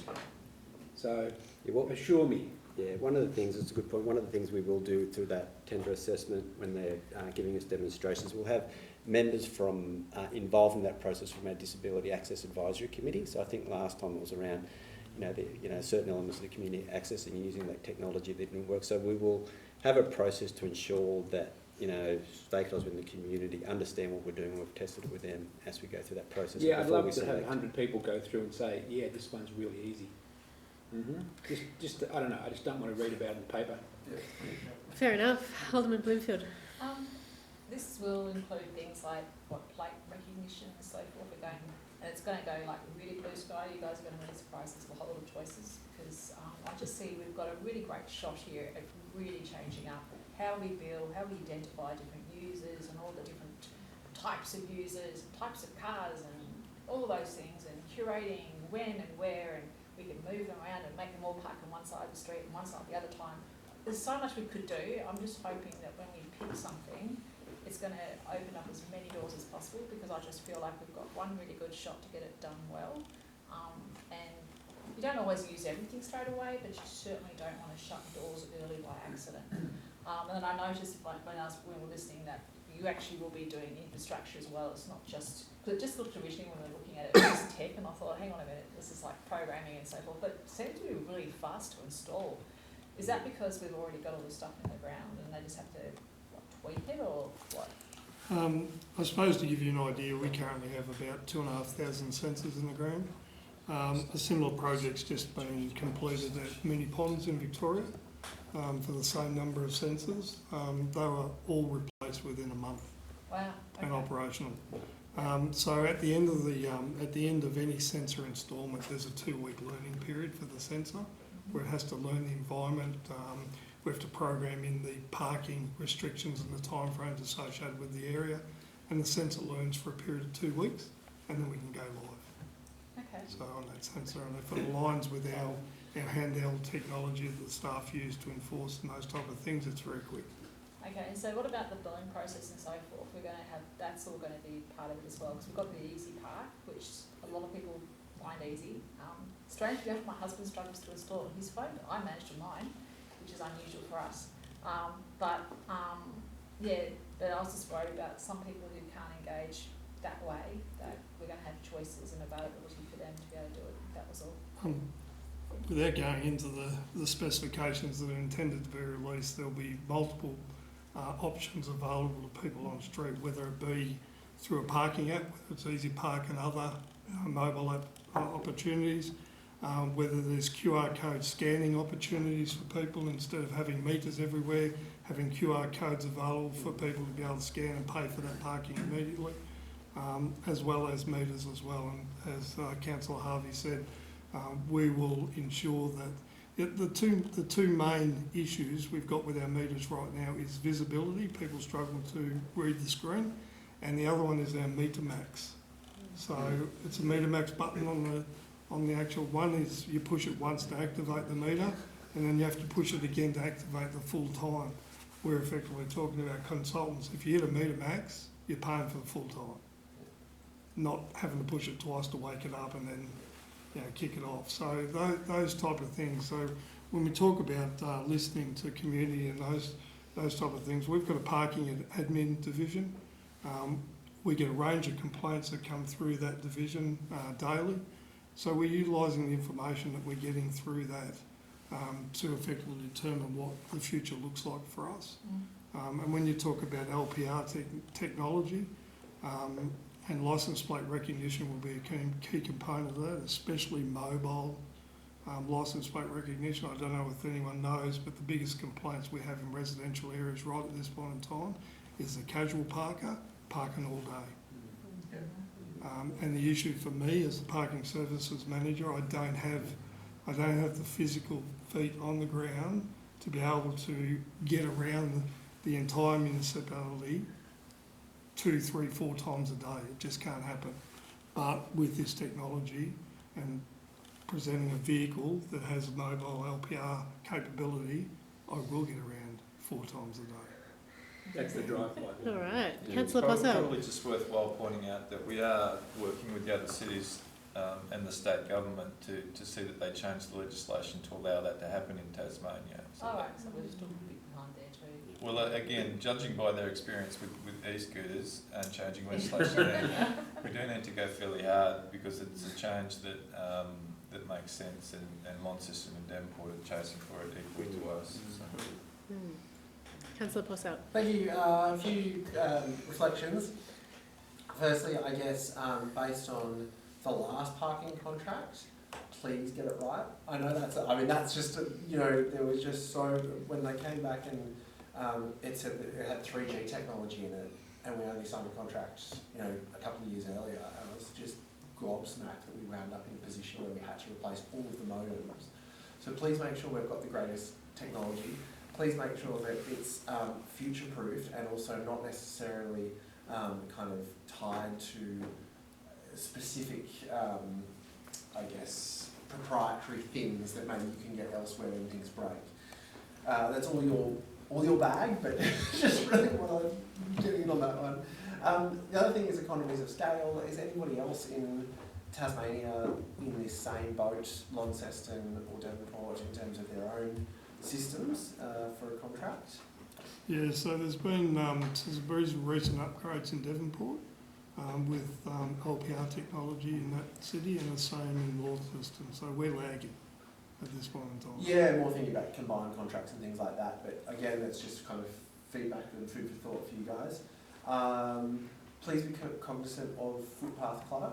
So where there, I've seen some of your images, Ben, I think, show images of pole-mounted meters.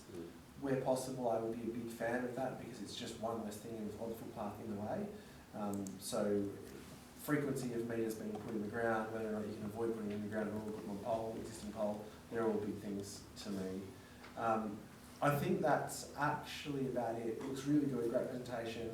Side note, I've been told that the Argyle Street car park counters are not accurate, and it says 100 spaces are available, and then people go up and now, I don't know what that is, but I thought I'd pass that on. It's the current technology, unfortunately. Past its use by date. So we're aware of it. We're Yeah, aware if you're aware of it, that's fine. So when Ben spoke about wayfinding, the issue for me around wayfinding, it is pointless having the number of available spots sitting directly outside of your car park. There needs to be a sign sitting on the Tasman Highway, the Brooker Highway, the Southeastern Arterial that says, here's all of our car parks, guys, including our private car parks, not just council car parks. Here's all of our car parks and here's how many spaces are currently available in them. People know before they get here. Can I bite into that idea? Have we had any discussions with DSG about their traffic boards? We're in the process of doing that now. Nice. Well done. Thank you. Deputy. That's really wonderful. I was actually going to ask about what you've just spoken about having that wayfinding way before you even actually get to the car park, rather than when you're there like, oh yeah, and then if it's a little bit off. So that's really great to hear. That's kind of exciting. That's really wonderful. And the other thing, I just wanted to say something positive about the senior car parking from the 1st of June, like the concessions. Yeah. I know it's not there, but it's just something that I've heard from different people, so that's just really exciting.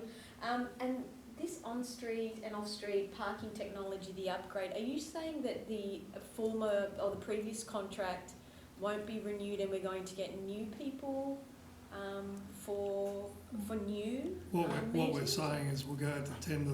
The current contract has the ability to tender, great. Yeah. as does everybody else. Yeah, so it won't necessarily be, but those people can of course apply as well. Okay, good. Because that visibility issue, as you mentioned before, actually had 2 cohorts of age ranges. It was between 19 and 24, and about between 60 something and 70 something.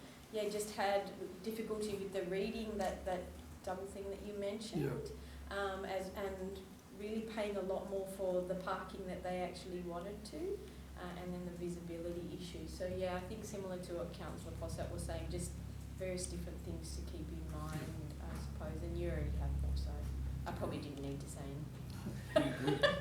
Thank you, Deputy Lord Mayor. A couple of things. One was, what's the budget for all of these upgrades? Have we got a budget? Or do we need a budget? We're going to get the tenders, so we'll put them out. We've got an idea of what the order of magnitude may be in terms of it, but we're not sort of, it's all a bit of guesswork. We don't really know when the tenders come in, technology's changed so much, so there'll be a lot of competition, and we'll be in a position to sort of make a decision around entering any new leases or purchasing equipment that we need to. But what do you reckon the ballpark might be? A lot lower than we currently operate. So essentially the conclusion is that our operating costs should come down, hopefully with new technology. So there's more than there was when the old park met. There's a whole lot to discuss, and we'll probably need to do that in closed at the right juncture in terms of what our parking, how it all fits together and what it looks like. Okay. Other question is, are we still going to have cash? Legally, we have to. Yeah, we're doing some analysis around the meters at the moment, because we do our collections obviously every 2 or 3 times a week. So we are analysing the current meters that are heavy cash meters to determine. We do need to pull it back. There's no doubt about that. They don't need to all be cash. No. So we'll review that through this process and make a determination of how many. And other question was related to someone. Oh, you said LPR is already being used in the state, but we still have to ask the state government to do something. Yeah, so the use of LPR is not restricted. So how they've got by it in Devonport is they're using the LPR system. So the user has to enter into the meter the licence plate of their vehicle, but what they're also doing is they still have to enter in the bay number that they're parked in. So the legislation at the moment is it's pay by bay. So although they've put in their registration number, what that then links to is it links to the payment platforms that the person's used. So when the staff member has the PDA device and they get an alert on it, it actually tells the staff member immediately if there's been a payment made, etc., and those type of things. So the technology at the moment can still be used, but we just need to make sure we've got the bay number included. And so those little plates we've been putting in, they're not going to be a wasted investment at all? No, definitely not. Councillor Dutta. Thank you. Just two very simple coffee shop things. One is it possible, say for example, if I have parked there, in the city for 9, 10 times, and I get the 11th one free, like they do in the coffee shop, or like a loyalty card. And the second question is, because it's going to cost us less, is it possible to reduce the parking per half an hour? Is it possible to reduce the cost of parking so that people don't go other suburbs where they don't have to pay? So the first question around the retail activation technology at the bottom there, that exists. So that could be a model where you have a connection with the our parking services and a local retailer who enters opt into a retail model where they provide incentives for people who are parking frequently at the front of their shop. So that's that bottom line here. So that is technology that we'll look at. The second one around lowering costs, the technology will give us the option to look at that and I think I've spoken previously about demand-based pricing. So it will be in a position where we can do that. Whether we do that will probably be a further council decision. Thank you. Councillor Kelly. Thanks for the presentation. Yeah, no doubt you're going to keep your eye on something that's super flexible for the future, and the technology at this unbelievable pace is changing. So probably stating that. Just a curiosity, how many major players do you really find that most cities our size and use in that would be in Australia? How many, still down to about 3 or 4 top options we have who could be suppliers for the system? Yeah, we've got to understand, we've done some pre-market work to understand the suppliers in this place, so we know who they are. There's a small number of them that we expect to put tenders in. Thanks. That's all, Councillor Kelly? All right, if there's no further discussion, then we'll move to questions without notice. Thank you, Ben. Thanks very much. Thank you. Has anyone got any questions without notice? Councillor Dutta. Thank you. Thank you. Just a question to the CEO. With regards to the 2 commissioners who came, yes.